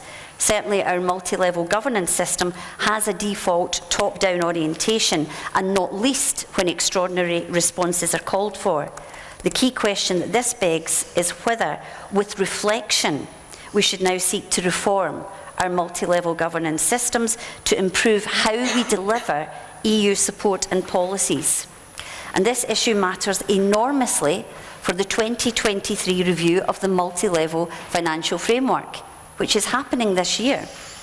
There is a critical need to evidence the negative impacts of a centralising tendency, especially over the last years, and to consider whether that's really the best direction of travel for the European project. And I believe that the RLEG initiative can make an important contribution to this. The second point that I want to pick up on from the report is about re-energising how EU territories connect to each other and how that's critical for EU integration. Depleted capacity, tensions and drift are all current challenges across EU regions. A bold new effort is required to revitalise a spirit of solidarity. And indeed, with discussions underway about the future cohesion policy, there's clearly a need to reposition the EU's internal collaboration agenda. Ambitions have already been outlined, for example, for the Net Zero Industry Act, implying that at least 40% of EU's strategic net zero technologies are manufactured within the bloc by the end of the decade. Comparing that to our current baseline of performance, this is a massive challenge, and it requires a reset of what we mean by EU collaboration across our territories. And I believe that RLEG could champion this agenda. The EPC study argued for greater recognition of the role that regions with legislative powers play as strong connectors between the EU project and citizens. But I also think that we need to make a stronger case for improving how regions and territories connect to each other. The crisis period since 2020 has made that more challenging. We've seen, as we heard from Mr. Van Rompuy, social distancing, the asymmetric crises impacts across different territories. These issues have compounded with risks to the EU's solidarity commitment and ethos, and we risk a structural break in our EU solidarity and cooperation commitments. That poses a very, very serious threat to European integration. The EU needs a new cooperation boost to avoid further fragmentation, and having the capacity and the means to activate this matters. And again, I think that you're ideally positioned with that capacity and the means to take this further within and beyond the initiative. The final point is about a new push for territorial cohesion. And I don't mean cohesion only within cohesion policy, cohesion for Europe. It was talked about this morning. It is needed in the wake of the asymmetric impacts of recent shocks and crises. There's a very worrying distance between the rhetoric that we have heard about in the Commission's 8th cohesion report and the action we're taking on the ground to actually address it. There's a default risk of further perpetuating the EU's winners and losers dynamic. And with this, the RLEG regions are again well positioned to step up as leaders in the exploration of tools and approaches, including place-based policy making, territorial impact assessments that drive new evidence of what is needed at the local level in terms of capacity, governance, investment and direction to address local resilience. And in doing so, RLEG can act as living labs and real examples of place-based policy making in action. A massive acceleration of EU responses to geopolitical challenges is underway, and this will have very different implications for different EU territories. The OECD recently published a report on how Green Deal targets are impacting on the industrial transition trajectory of different EU territories, and the largest manufacturing bases are taking some of the biggest hits. Again, RLEG regions can adopt a front-of-foot role in monitoring and responding to these impacts. The EPC report recommended that the initiative takes a lead role in exploring territorial impact assessments. That implies a significant investment from data gathering to analysis and diffusion of results. The EU has very few current responses to building long-term resilience across EU territories, but the RLEG initiative could lead an effort. I'll stop there. I probably talked for too long. No problem. Thank you. In order to be more effective, and I would have 2 other questions for each one of the panelists, but maybe I will merge them since the third question is quite simple and straightforward, and the second one is more tricky and more complex, let's say. So maybe I will just merge them into one so we can be more effective in our discussion. So my second question and third that I will put together, I would start again with Mr. Van Rompuy. How do you see the evolution of this debate on RLEG, taking into consideration the current geopolitical context and the further discussion on the future of Europe? And finally, the most importantly maybe, could you give us a piece of advice to the RLEG initiative? This is the last part, maybe the most important, but still I had to raise this question. Thank you. Dank u voor die tweede en die derde vraag. Persoonlijk denk ik. Yes, thank you very much for this second and third question. Well, I do not know up to what point the big states, or bigger states in political terms, up to what point they are going to be able to reach a consensus, such as the one that led to the Lisbon Treaty. I do not think that we are in a situation of sufficient political will concerning the future of Europe. I do not know if such a convention is desirable as a result of the geopolitical situation in which we are. The convention maybe could shed light into more division that we need in Europe. What we need today in Europe is unity. Unity in the light of the war situation that is taking place next to our borders. So what maybe would be necessary, if we want to be pragmatical, is, to have modifications, plural, on the treaties. That is not the same thing as speaking about a single modification or the modification about the treaty. And I am doing a bit more than just playing with the words, because the revision of the convention, if we want to review the European Treaty as a whole, I do not think that is the most advisable thing to do, but maybe to apply modifications in the treaties. A group of young and old wise people maybe could carry out that task, could prepare the necessary modifications so as to have a more democratic union, a more efficient union. In the same line, following also the conference of the future of Europe, that group maybe could be drafting a list of modifications,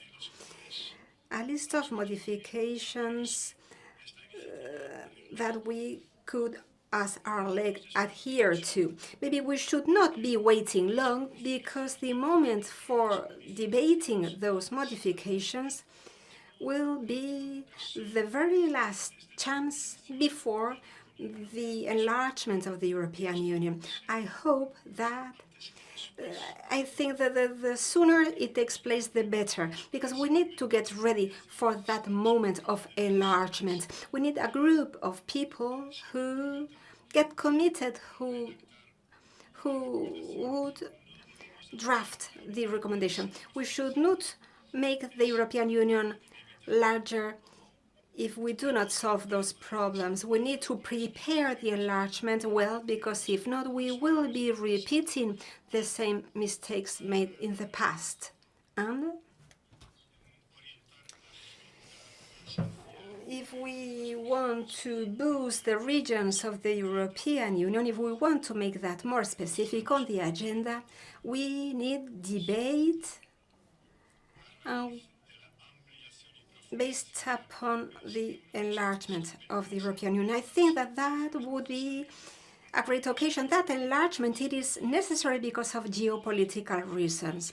Geopolitics start right here at home in Europe itself. How are we going to be playing an important role at the world level if we cannot do the same thing at home in our own countries?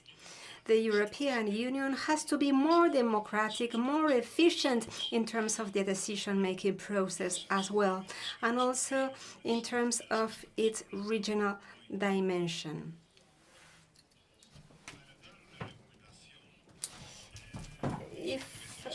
To try and give you a recommendation, I have already been speaking also about certain recommendations, and also many suggestions have been made by the European Policy Center.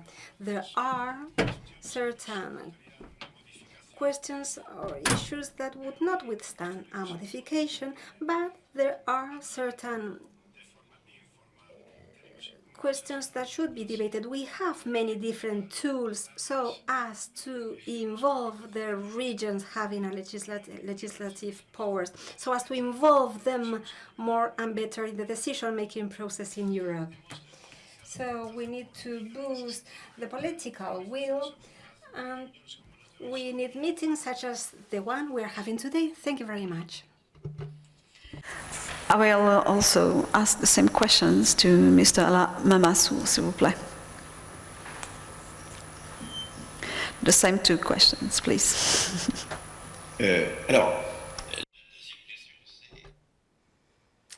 Well, so the second question, what can we do specifically? And I would like to differentiate between two moments. First, solutions can be experimented already right now through a political agreement. Yes, I agree with what has been said, without waiting for a modification in the treaty, without that being necessary. I am talking about Proposal 39 and 40, that come from the Conference of the Future of Europe that Ms. Elorza referred to. What we have been doing in the past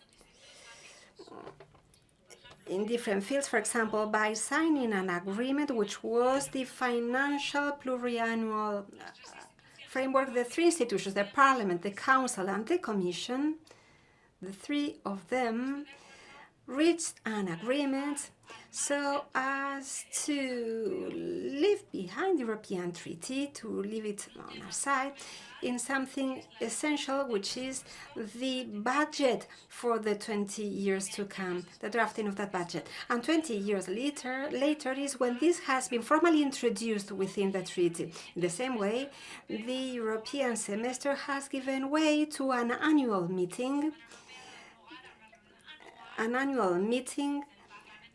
between in the European Parliament with all the national parliaments. And I remember that the very first time that was done, it was Mr. Van Rompuy who told me, well, the Parliamentary Assembly is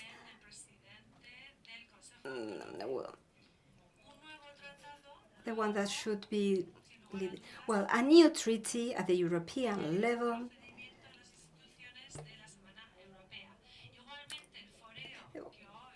So what we are proposing today in the Declaration of Bilbao, yes, should be done through the agreement, or could be done through the agreement of the different institutions. And next year, electoral campaign will be the right moment so that the political families that wish to do so can assume and introduce within their programs the dimension of European policy. I do not belong to the same European family as Nicola Alfonsi, my dear friend.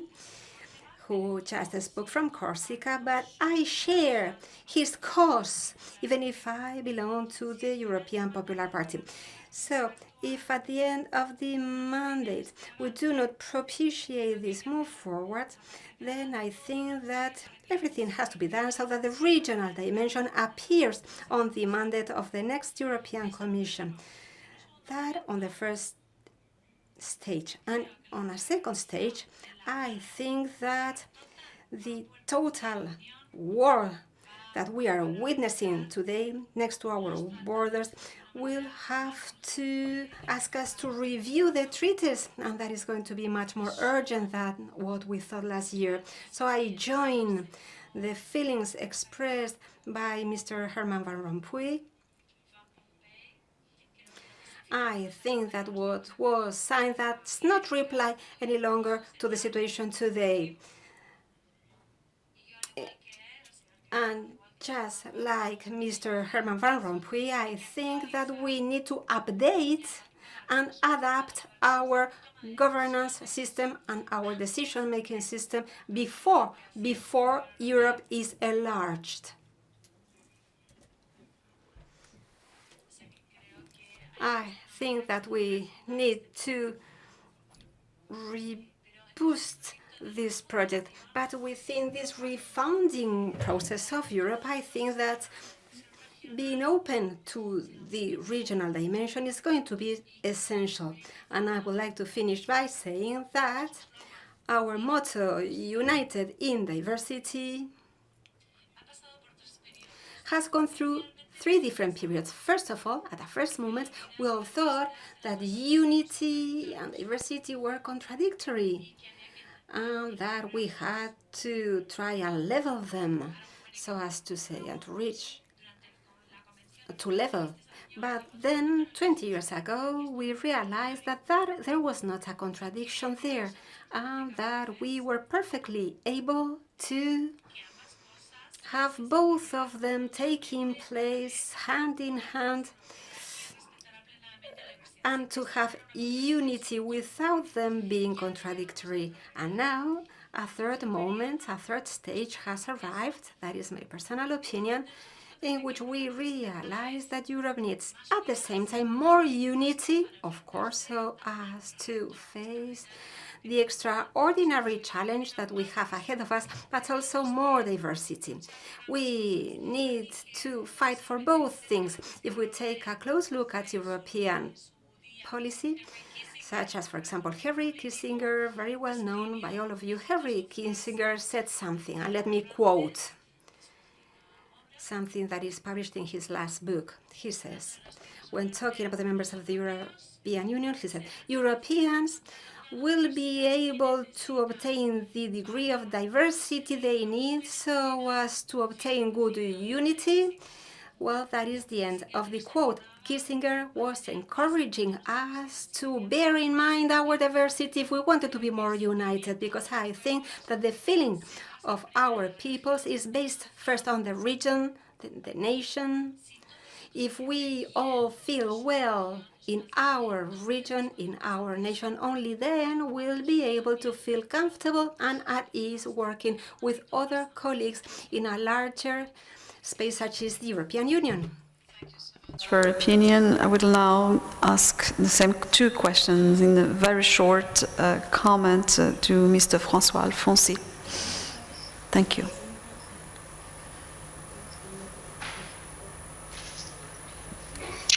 Oui, il y a un petit trou de traduction, mais je pense que...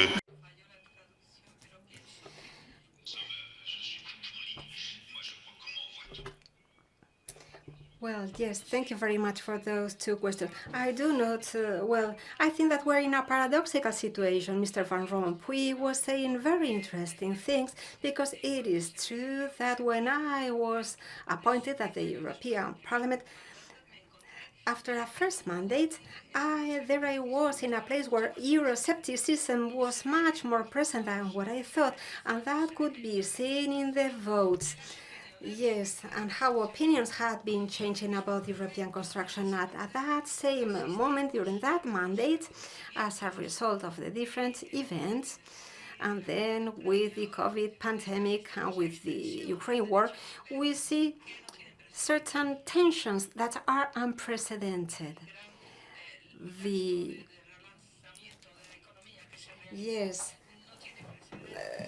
have economic issues.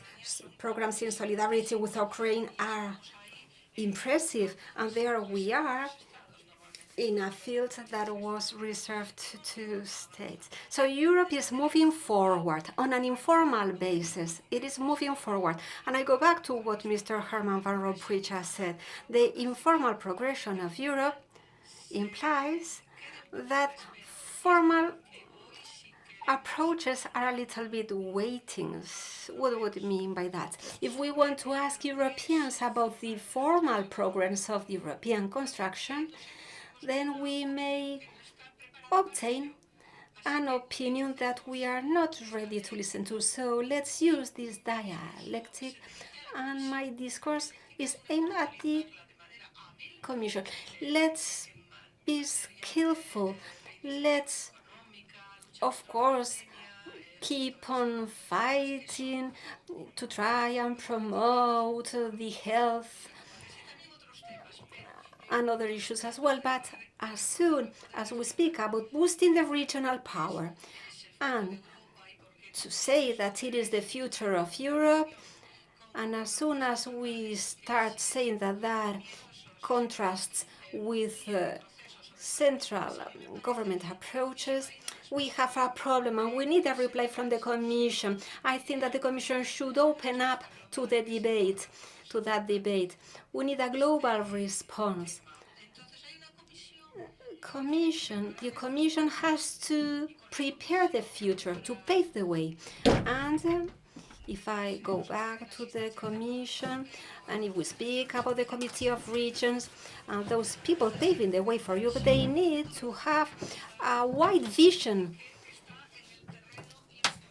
But all that lies on the non-formal way. But that doesn't need to be clandestine. We need to have an open political will, visible will, clearly expressed, that will find the support of the different representatives of regions such as Catalonia, the Basque Country, etc. We all are very much involved in Europe. We are all for Europe. We are living forces of Europe. But if we speak about the states, there are reactionary majorities in terms of the European construction. Even if it is true that the strength of the concept is so powerful that even if we have a president of the council, an Italian president of the council, completely Eurosceptical, that did not put into danger Europe. So regions need to support each other. And yes, because we have to support each other in the light of the European institutions. We need to give them more voice, more power on the informal basis so that we can, when the moment comes, as Lamassoure was saying, so that we can be successful. He was speaking about integrating Ukraine and the Balkans. We will need to renew the treaties, and that renewal of the treaties would only be positive if we are able to have a better administrative implementation, if we prepare the ground, and if we work from that perspective with regions representing people such as is the Basque Country with its own institutions. Thank you so much. We are so much speaking about informal solutions, and I think maybe this could be a way of doing this. And I'm now turning to Mr. Colin Ciclunen and ask for a miracle here, as we are all asking for informality, the support of the European Commission. So what can the European Commission do? Well, I think there are a number of things that the European Commission is already doing. And in fact, I wish there was enough time to respond to some of the points that were made, because I think that there is also a risk of mischaracterizing how far the Commission can go by itself to address some of the imbalances that are being referred to. But looking very closely at the questions that you pose to us, and I think there are, broadly speaking, there are a number of ways in which we can respond to that question. But I'd like to focus on two aspects in particular. As was mentioned, we're in a time of crisis. And it's several crises which come together over a period of time in recent years. We've had a pandemic, we've had the financial crisis, we've had the withdrawal of the United Kingdom from the European Union, which is has been a traumatic experience for both sides. And of course we have war. We're also at a stage where our competitiveness as a global player, as a European, as an economic entity in the global context, is no longer as assured as it used to be. And a reference was made to a number of the measures that have been proposed by the European Commission in recent weeks. We're also in the middle of a climate crisis, I would add, and we're trying to achieve a situation, to maintain competitiveness on a global level. We've just celebrated 30 years of the single market, which is one of the greatest achievements of the European Union. But we also need to see how we're going to overcome the structural deficiencies that still exist. We need to continue to dismantle the difficulties that there are to do business within Europe, especially in the services sector. We need to look for partnerships beyond the traditional partnerships that we have had. We need to ensure that our belief, our promotion of free trade continues to be a driving force on the global level, despite the actions of others. So this is a huge challenge that we need to find solutions for together. And again, I think that the regions and the members of this initiative represent millions of citizens who are involved, especially in small and medium-sized enterprises, which are the backbone of the European economy. And we also need to be looking for solutions together in this respect. But I think there's also another threat, another danger that surrounds all of this, which is and I think a number of the speakers alluded to it, there is a weakening of our democratic environment. And I think there is a lot more that we need to do to strengthen this environment. We are working in the European Commission at the moment on a defense of democracy package, which will address misinformation, which will address the covert foreign interference, especially in elections, which is something that we have observed in a number of instances. But we also want to address the strengthening of our democracy from within. And this is, again, linked to what we were saying earlier about talking to citizens and being closer to citizens, because we need to help citizens develop this resilience to this interference, to all the fake news, the misinformation, disinformation that they are being bombarded with from all directions. And therefore it's very, very important that we, as institutions, at all levels of governance, that we are able to speak with a single voice in this regard.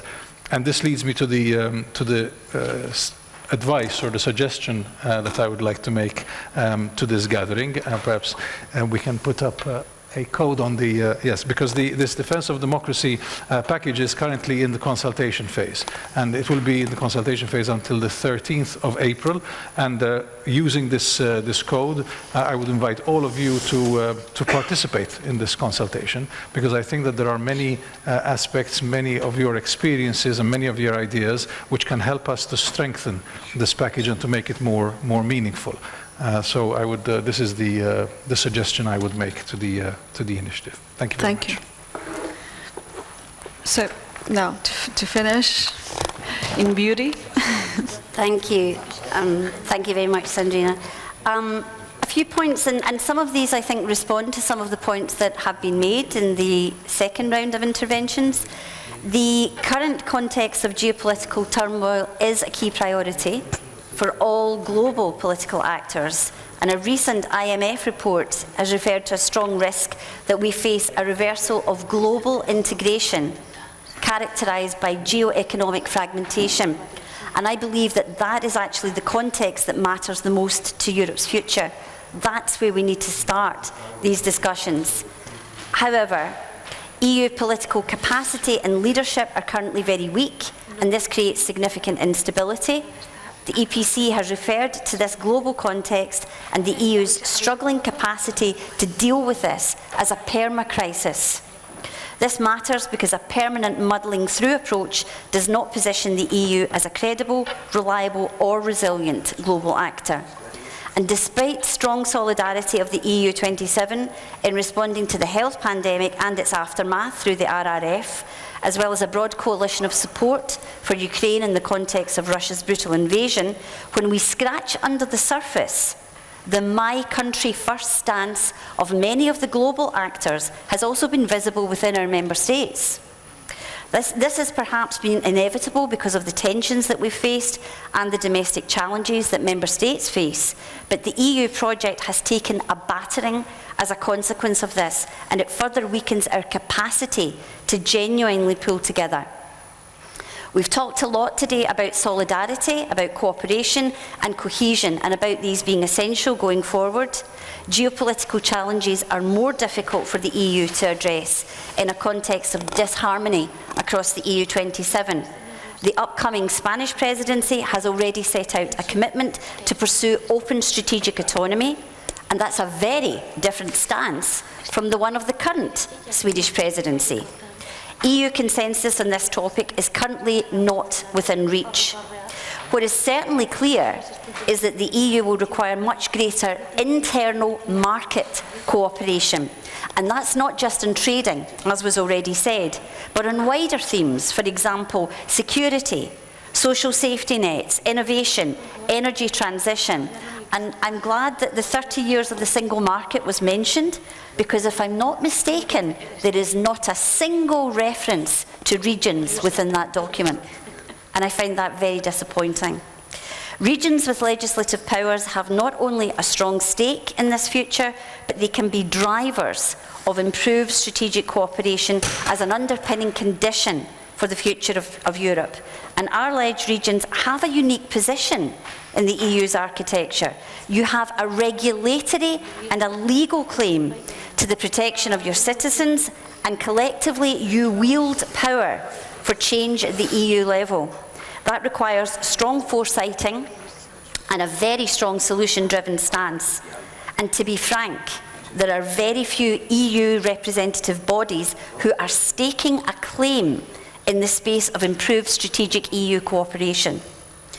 But walking the talk matters enormously. You have multiple audiences for your messages, but in terms of your visibility and your profile in Brussels, the EU institutions and the member states matter enormously. I think that you can fill the current vacuum of EU leadership by setting out your agenda for a future EU, representing the needs of citizens, championing the Green Deal, being at the front of a radical transformational change process that needs to take place in our regions and across our societies. In short, I think you've got a great testing ground for trailblazing the EU's recovery and resilience, because you're in a unique position. You're neither too distant from your citizens' needs and territorial specificities, and neither are you disempowered to activate change. So that combination offers a space in the European debate that is currently unoccupied, and I believe it's there for the taking. So to the final question, I think this comes back to what I said at the beginning. This is about taking a proactive stance in setting out solutions to the many problems that the EU currently faces, and at the core of that needs to be the initiative's strategic dialogue. This is about, we mentioned earlier, thinking formally and informally, and having formal and informal solutions. But those two are actually connected, and you need that trajectory of informal to formal in order to get the momentum for what RLEG wants to do in the future. And I think that will require much stronger collaboration within RLEG and certainly beyond it. And I would finish with words of the UK's suffragette movement: deeds, not words.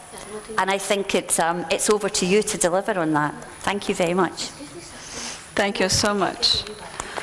How a marvelous way to close this debate. I would like to thank all the panelists for their contributions. I believe that it was a symbolic debate, but also a debate with substance. I think that we understood that we have a long way to go, but we really need to go to invest in deeds and not only in words. I think this is also one idea to keep in mind.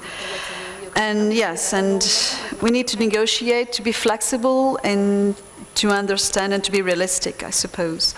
So I would like to thank all the panelists and to congratulate for the ideas and also the openness in putting the ideas the way you did. Thank you so much. Thanks to you.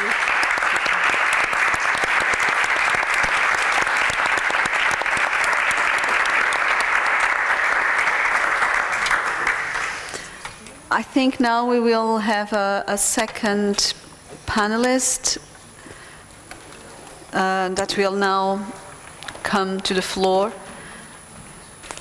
Yeah. Yeah, no, you can go now. I will introduce you, if you don't mind. Yeah, thank you. Can you sit there? Thank you so much. Yeah, okay. Thank you. Can you sit?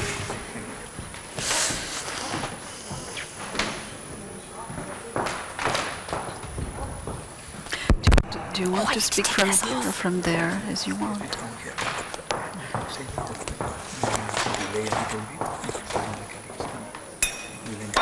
Oops.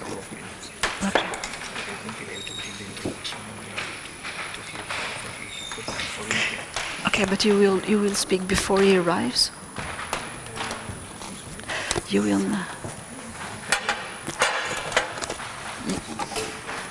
now speak. Okay.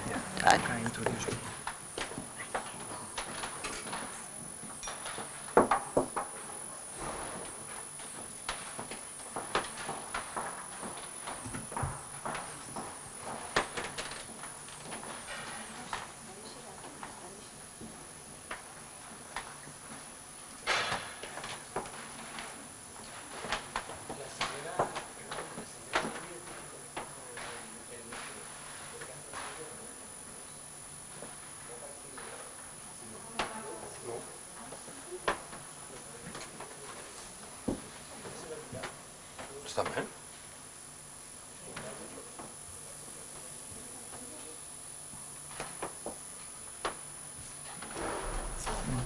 I don't know if you can hear me because the microphone is not working now. Ahí va, tú está. Bueno. Is it working? Yeah, now it's working. I would like to introduce our final panelist, Dr. Igor Filibi. He's a research fellow in international relations at the University of the Basque Country, specialized in European integration. He is also Secretary General of the Eurobasque, the Basque Council of the European Movement. He will offer us some ideas on the role of the regions with legislative powers in the EU, paving the way for the future. We are really expecting and hoping for new ideas from your intervention. Thank you. Thank you very much. Bueno, en primer lugar, me gustaría... First, I would like to thank with all my heart Foreign Action Marian Elorza, the team with Miquel Anton and Marta Marin, and also the Basque government for giving us the opportunity. It's been an honor, and I will try to send what I hope are some interesting ideas. The first idea, with a bit of a background to better understand what I will say later, has to do with understanding the current moment in the European Union. It's already been mentioned, I won't dwell on it, but even though the objective difficulties to start the process to reform the treaties, this is not something that we can leave aside. Beyond the willingness by the member states, at present there are objective needs that come back from the past, and the last crisis make it even more urgent now. There are things that have already been implemented. Some of them were positive. They were implemented outside the treaty, but at a given point, they should be part of the treaties. The deadline cannot be procrastinated forever. It doesn't mean that we need to reform the treaties today, but this has to happen, and this is a first important idea. Regions with legislative powers and other agents, we need to be ready for this complex scenario with an uncertain timeline, but in the near future, the discussion will start. I believe some of the proposals and reflections I've just heard are very interesting. Maybe we could be in a scenario where we can make progress through informal scenarios, but we shouldn't ignore reform of the treaties with a forum of wise people. So there might be a possibility to reform the treaties, but before this happens, this group, the RLEG initiative, is doing a magnificent work getting ready for this possibility.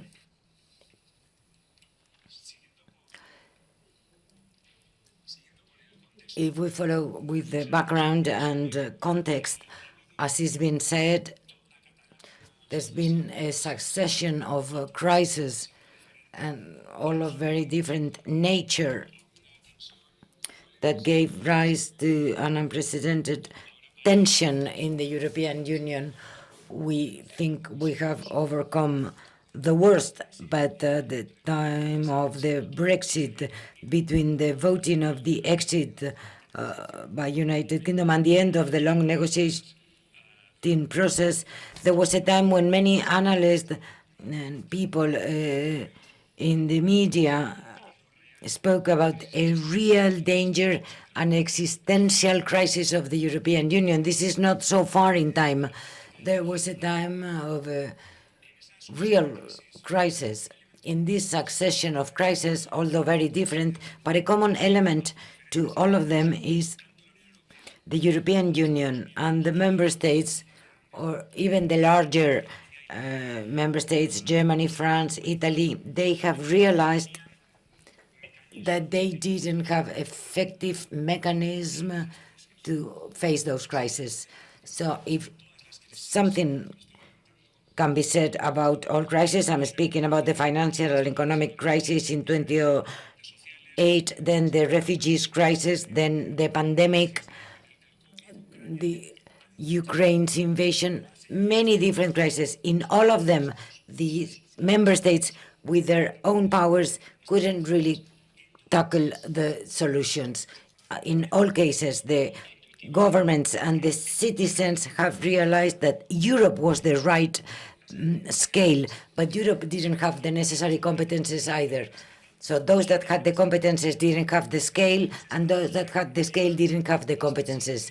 And the states have always refused to give away their competences to sort out some crises. And we have been always using urgency measures, measures outside the treaties, last-minute measures, which is useful to survive but cannot be a mechanism for the future.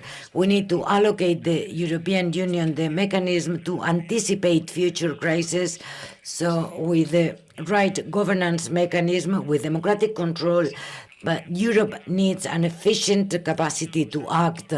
This is a constant in the documents in the last 10 years from the European Commission, the Parliament, and many political representatives on and off the record agree on this. Strategic sovereignty and European sovereignty are concepts that I like, especially this last one. It means to take seriously the power of the European Union. This European sovereignty doesn't have to be an alternative sovereignty to the member states. We're not at this stage yet. We're not speaking about the federal Europe, about the classical model. We're speaking about something much more interesting and innovative and probably much more democratic. But Europe also needs sovereignty in some aspects. It needs a capacity, a real capacity for action, a capacity for decision making. that was really required in the last 10 years. That's a must. Governments might understand it differently, but there's an objective need.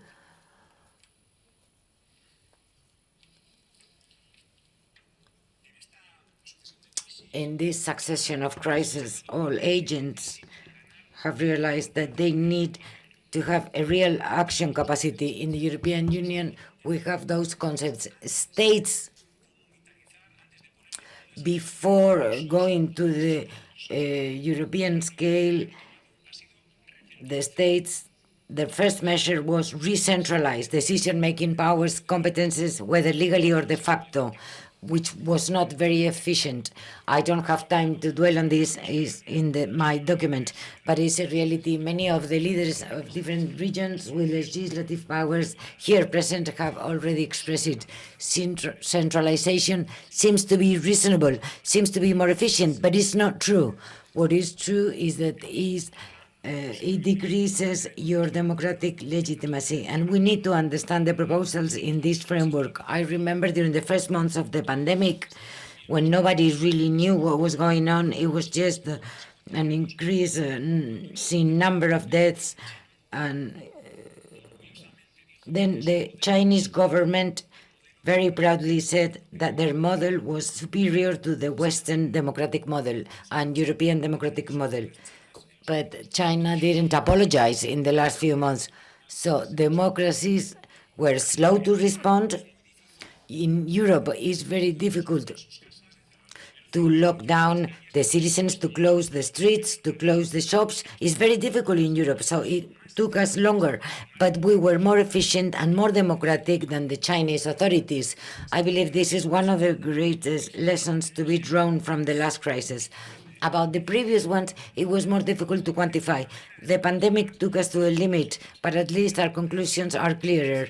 Democracy is a much better instrument to sort out the existential crisis than authoritarian regimes. Europe needs more democracy, not less, more capacity to act, but in a democratic manner. This is one of the main conclusions. So as you can see in the screen, at all levels, at all scales, governments are trying to find for the real mechanism to be able to respond to challenges at a European level. This is part of a discussion, but lastly, it depends on the government's willingness. Some of the decisions taken by the governments were wrong, some others insufficient. But, and this is what we're discussing here. And from this framework, you will understand my reflections. And the first idea is that in Europe, we need plural sovereignty, European plural sovereignty, and the adjective is very important. It's not a sovereignty as the states at a European scale. Nobody is proposing a super European state that will dilute member state sovereignty. This is not the plan. Europe needs to have a power, but differently from many member states, should be plural. We cannot have one single focus with one single decision-making mechanism in almost anything. The way to reach decisions at a European scale should be democratic, should be by consensus. All the actions, all agents should be part of the decision-making process. All stakeholders. If we see the evolution of the European integration from the beginning, we can see how in the first decades the initial model was a supranational model, the community model, supranational institutions where decisions were taken by majority without vetoes in key matters. This system was soon combined due to the reluctances of some states by an intergovernmental method of cooperation among governments, and therefore the European model, when it's explained to school students, we need to say that in many aspects there had always been agreements by unanimity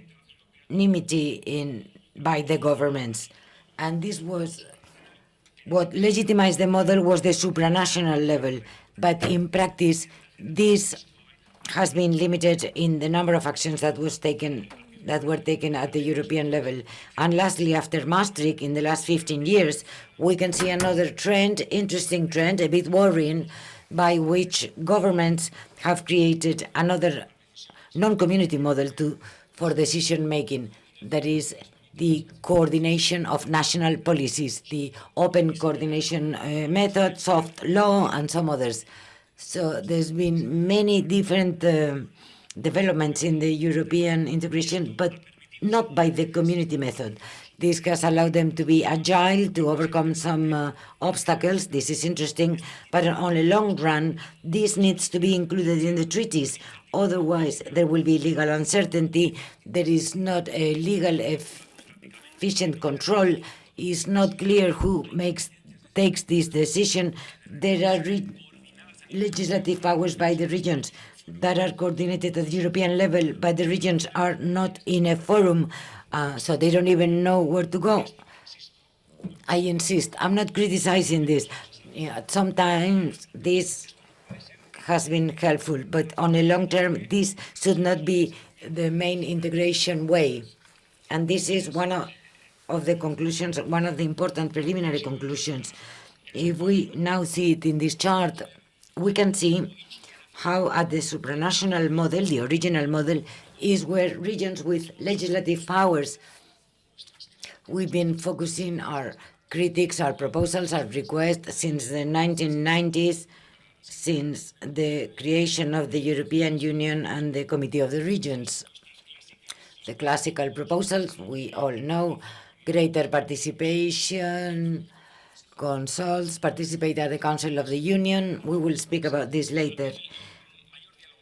Greater dialogue with the Parliament, and there was a great discussion around the Committee of the Regions about its complete and dysfunctional this layout. Has been part of the criticism by the regions towards the model, but for many European regions, this was a great innovation and something that empowered some of those regions. So when we criticize the Committee of the Regions, we should really understand that we don't have to criticize the institution. It might not be useful to sort out all those problems, but for a great number of regions, it has empowered them, and we should feel proud of this, even though we cannot sort out all our problems at the committee. We shouldn't leave the idea aside, and this is something very positive that needs further improvement. Even though we can improve the committee in all those areas, but we might still need an unexplored territory where there are no reflection or proposals from the viewpoint of the regions with legislative powers, all those new sorts of integration that are not supranational. Here we need to design an agenda as we have for other fields. This is part of the tasks that are still pending for the near future. How do we better participate? How can we have more political influence at the European Union? The regions with legislative power, and we understand this, the first reaction, emotional reaction, is to say, to be able to stop everything that affects me, that is infringing my internal constitutional order. So to have a veto. So if they don't like a European proposal, to be able to veto it. And I understand this, and politically it's totally legitimate, but it's not smart. Why? Europe already has many different blocking points. There is an excessive number of agents. The states, member states, that can avoid the decision-making process. The Europe of the future should be the opposite. Europe needs to eliminate vetoes at its decision-making process. It needs to enrich the debate, listening to all these stakeholders that have something to say. And this is part of the spirit of my proposal here today.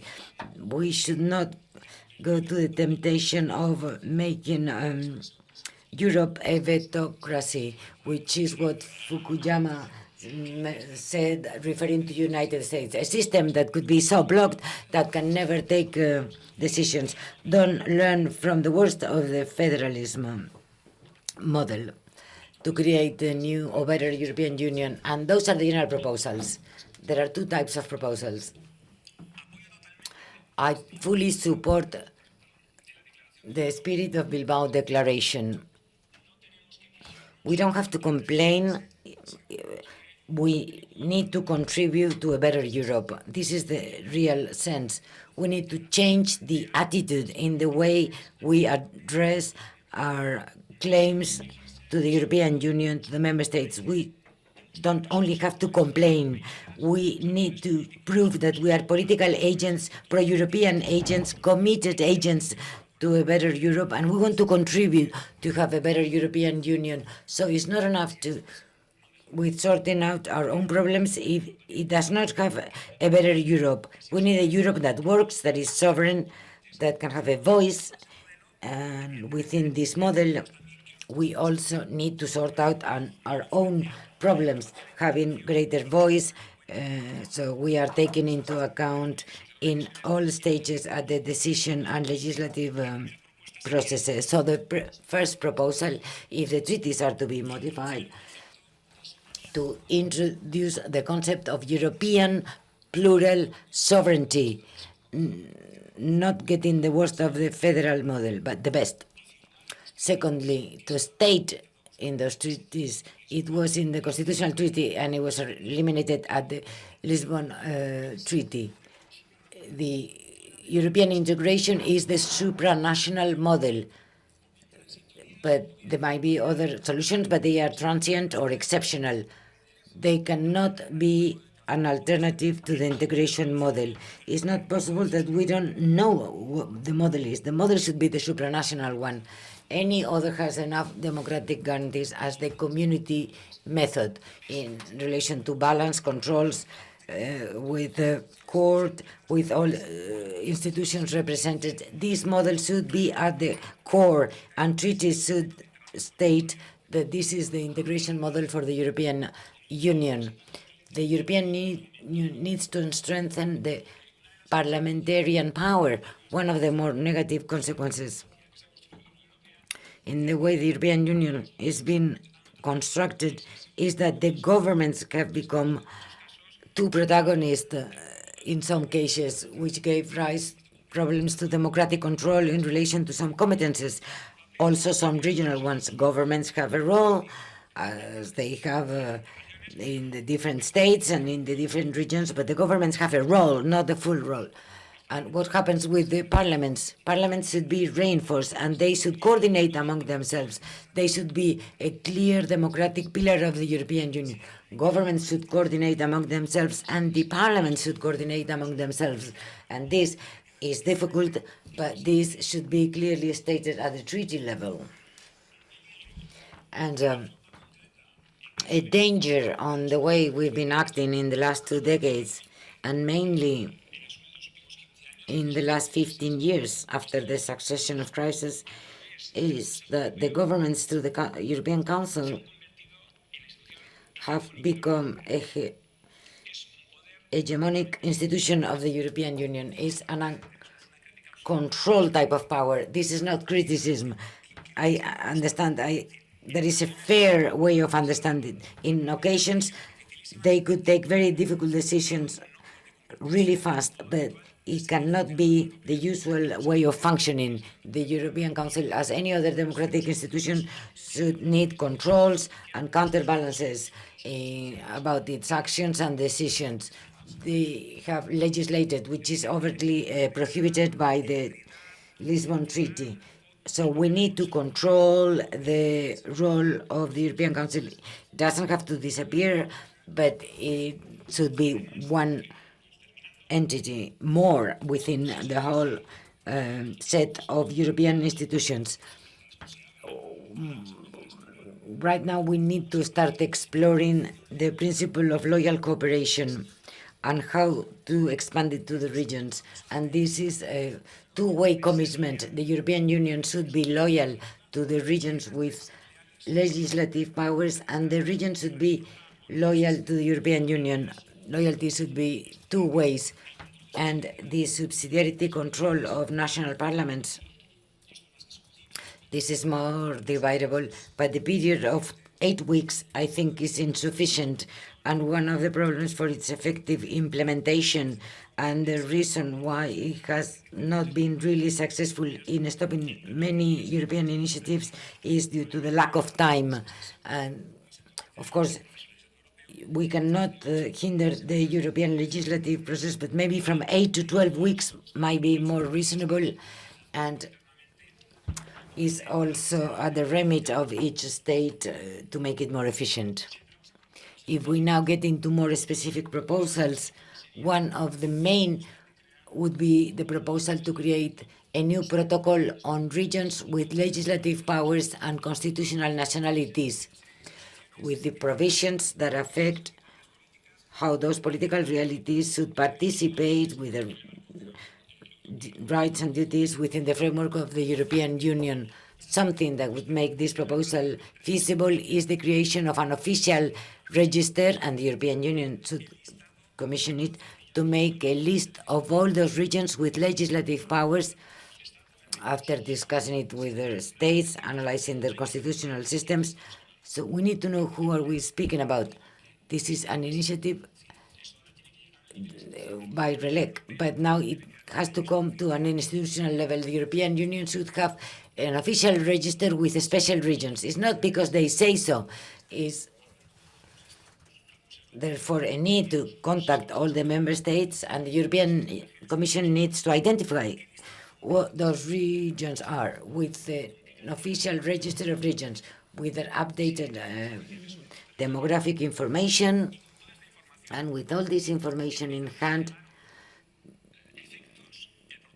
the protocol can be implemented. There will be an entry filter to apply this protocol. This is key. This is the point that we need to negotiate with the institutions and with the states. You cannot set the protocol without knowing its application. So the states should also help in identifying those regions with legislative power, and also those states that have different nationalities included in their constitutions should also noted to the Commission because of their special specificities. And related to all of these regions included in this register will form a permanent committee within the Committee of the Regions. I'm not speaking about changing the legal status of the Committee of the Regions, and I'm not speaking about giving them different competences. What I say is that those clearly identified regions should have the legal framework and the institutional forum within the Committee of the Regions, whereby the protocol will implement certain rights and duties to those permanent regions. The Committee of the Regions should have full access to the Court of Justice, not a limited one. There are many regions of all sorts.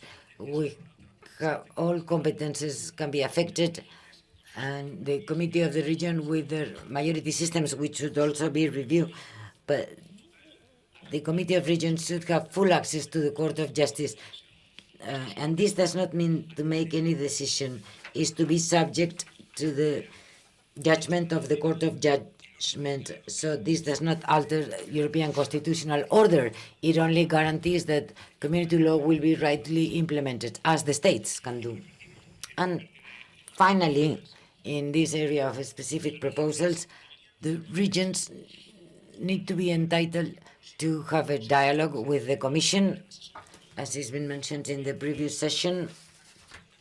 They need to have a capacity to give their opinions and proposals to the Commission, which just enriches the deliberative process from the beginning when the Commission is preparing the first stages of a legislative decision. And to listen can never be negative. And then the Commission has their own criteria, and they should defend the general European interest. But it's a democratic obligation. It should be a legal obligation to listen to all the stakeholders with competences that might be affected by the Commission legislative initiatives. And I'm now going to focus on a very specific problem that is not only symbolic, but also a very important one. Regions with legislative powers have a legitimate right to have a different position in those matters of their remit. If this matter of the state understand that is of a national level, they wouldn't have autonomy. When a region has autonomy, they can think differently, they can legislate differently. The state understands that in this matter there is not a single criterion by the state, and this is more democratic and fruitful for the discussion, with the possibility of exploring different solutions or different ways.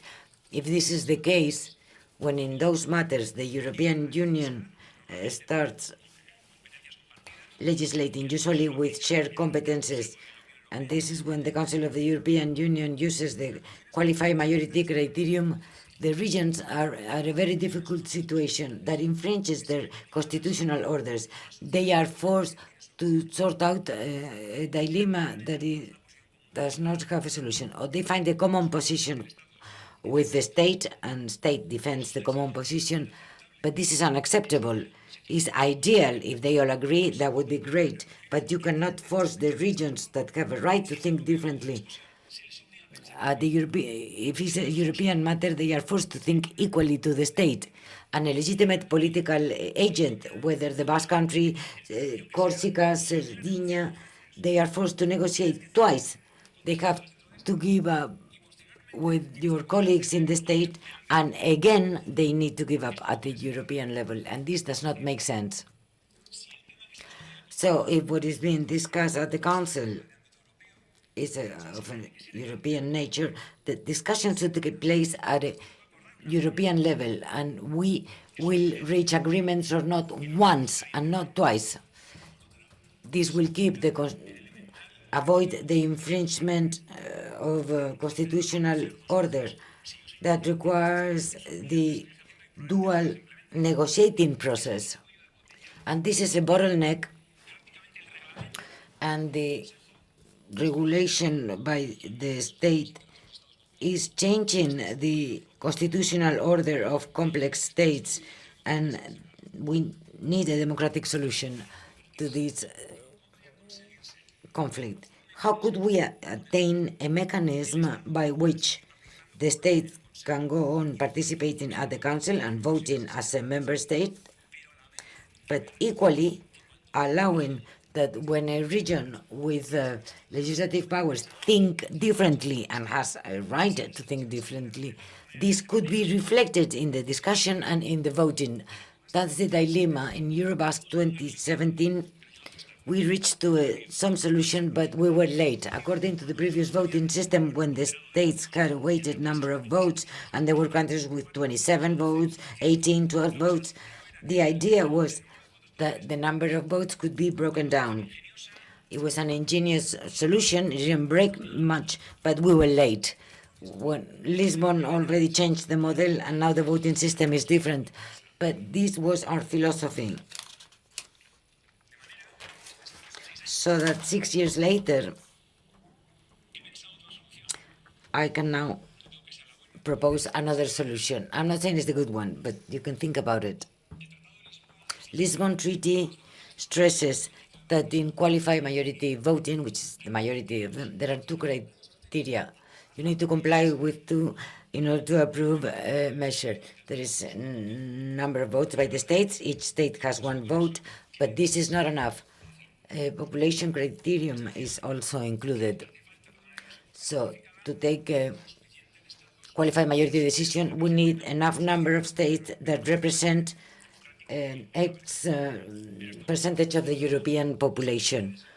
But that made the capacity to break down the voting difficult. But if we not proposing a change in the voting system, but how can we use it to introduce regional specificities in the European voting, to use a second population criterion? If we're dealing about the competence of regions with legislative powers and they don't reach an agreement and the government needs to vote something, for example, in favor, but there is a group of regions that believe that this proposal is not good for them, the unity of action of the state is not broken, but the region could use a mechanism, could use a system to show the non-conformity, and the population of this state would be subtracted from the total population of the state. It might seem to be difficult, but it's really easy. This mechanism, in my opinion, could also be very positive, creative, and extra incentive for the state to better negotiate and to maximize the impact of their vote. Sometimes this is impossible and there are legitimate discrepancies, but the system allows the statement of this discrepancy. The state can vote, but the regions can express their opinion so that we get to know the reality of the opinion of the European Union and not of the states. This is the proposal. And I'm now going to the conclusions with different things that could be included in this suggested protocol.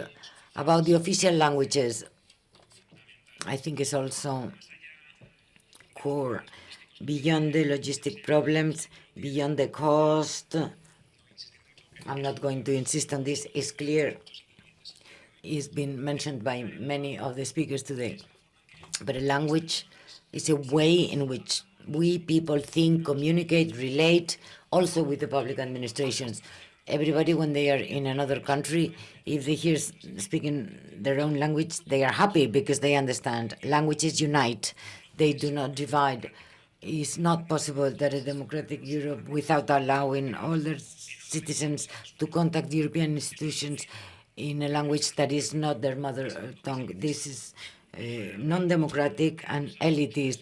Not everybody at the European Union speaks 3, 4, 5 languages, as is the case of those that live in Brussels. And they are citizens with rights. Every citizen should relate in their mother tongue with the public administration. This is a core principle of democracy. The situation in Corsica, I don't know, I believe it's just so painful. If a no-member state might do this, the European Union would give a negative report and they wouldn't be a member of the European Union. France is doing it. It's already part of the European Union. The solution is not easy. I'm not going to tell France what to do, but as a European, I feel very much affected.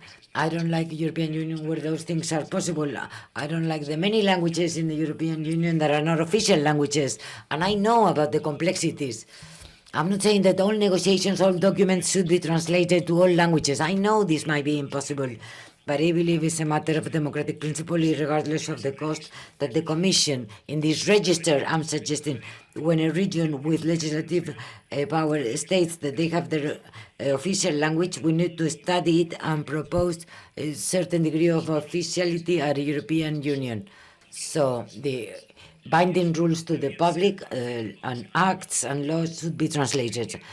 I'm not saying that, again, that all the negotiations are translating everything that happens at the European Parliament to 100 languages. And this is also a symbolic matter, stating the public that their language is part of the European acquis and is therefore important. And I conclude by saying that regions with legislative powers are in the right track. I believe we had a long stage that was quite reactive, but now we should be proactive, enriching the European Union, a European Union that works, but where we can live democratically. Thanks a lot for your attention.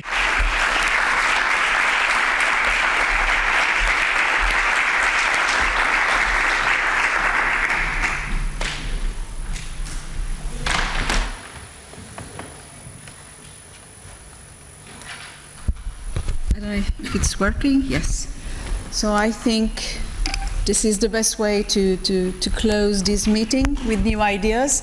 Some of them go in line with what have been discussed in the previous discussion. So I think that we have here on the board, on the table, some interesting ideas that could be put together in something, in a framework that could make sense as a proposal. As a researcher, by the way, I also believe that reinforcing the Committee of the Regions and granting a special status within the Committee of the Regions to legislative powers, to regions with legislative powers, could be a way of solving the situation. Another way could be also introducing and using mechanisms of coordination between regions and with the Commission and with the Parliament, and with the Council. By the way, also, this is one of the recommendations of the high-level group report on democracy that was chaired by Mr. Van Rompuy. And I think that, yes, we need to prepare for the Convention on the Future of Europe. But before we arrive there, we need to prepare and do something that could be more informal. Even to put to the test what we would like to put in formal manner, let's say. So I think that the main conclusion of this debate is that we have many challenges, we have many obstacles. We understand that engaging, in a convention, in a new convention, is not so straightforward, and it has the two faces. So there is the bad and the good at that. So maybe the best way at this point is really to invest in new ideas that could be set into place in an informal manner. Also taking advantage of our experience, knowledge, expertise that has already been shown today, and also listening to those that are really working in practice in the daily life of the European Union. And I believe here that listening to the European Commission, to the European Parliament, to the Committee of the Regions also is really important, and trying to establish a coordination between these actors in order to work in the same direction, which is engage more citizens and reinforcing European democracy at the end of the day. So I believe that we are not working against states nor against anyone. We are just trying to improve the democracy of the European Union as such. And regions and local authorities are really important actors in that respect. They are those that are closer to citizens. And I believe that we understand that we need to change the course of things. We need to find a new plan, let's say.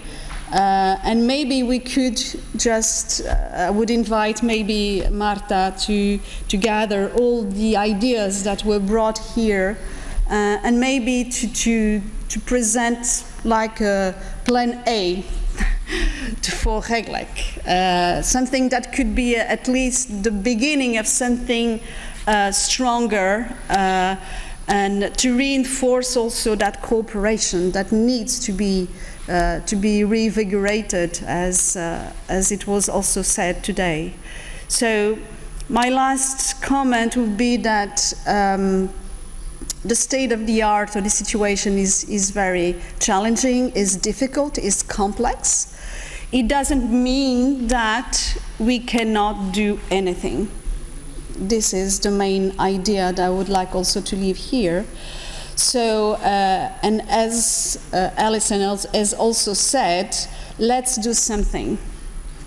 We've already talked, we've said many things, so now let's do something together.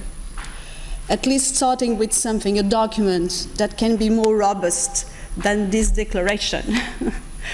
and bringing experts to the field, and also practitioners. We need this combination that is very important, because sometimes academia thinks very theoretically, sometimes a little bit aside from what politics is about and the daily life of the European Union. And I believe that bringing both parties in that discussion can be fruitful for all of us. And so I think I am really happy to be here because I think it was really an interesting debate. For the first time, I think that we discussed something substantive and we realized that we need to change something and that we can do something. So let's do it. And that's all. Thank you so much.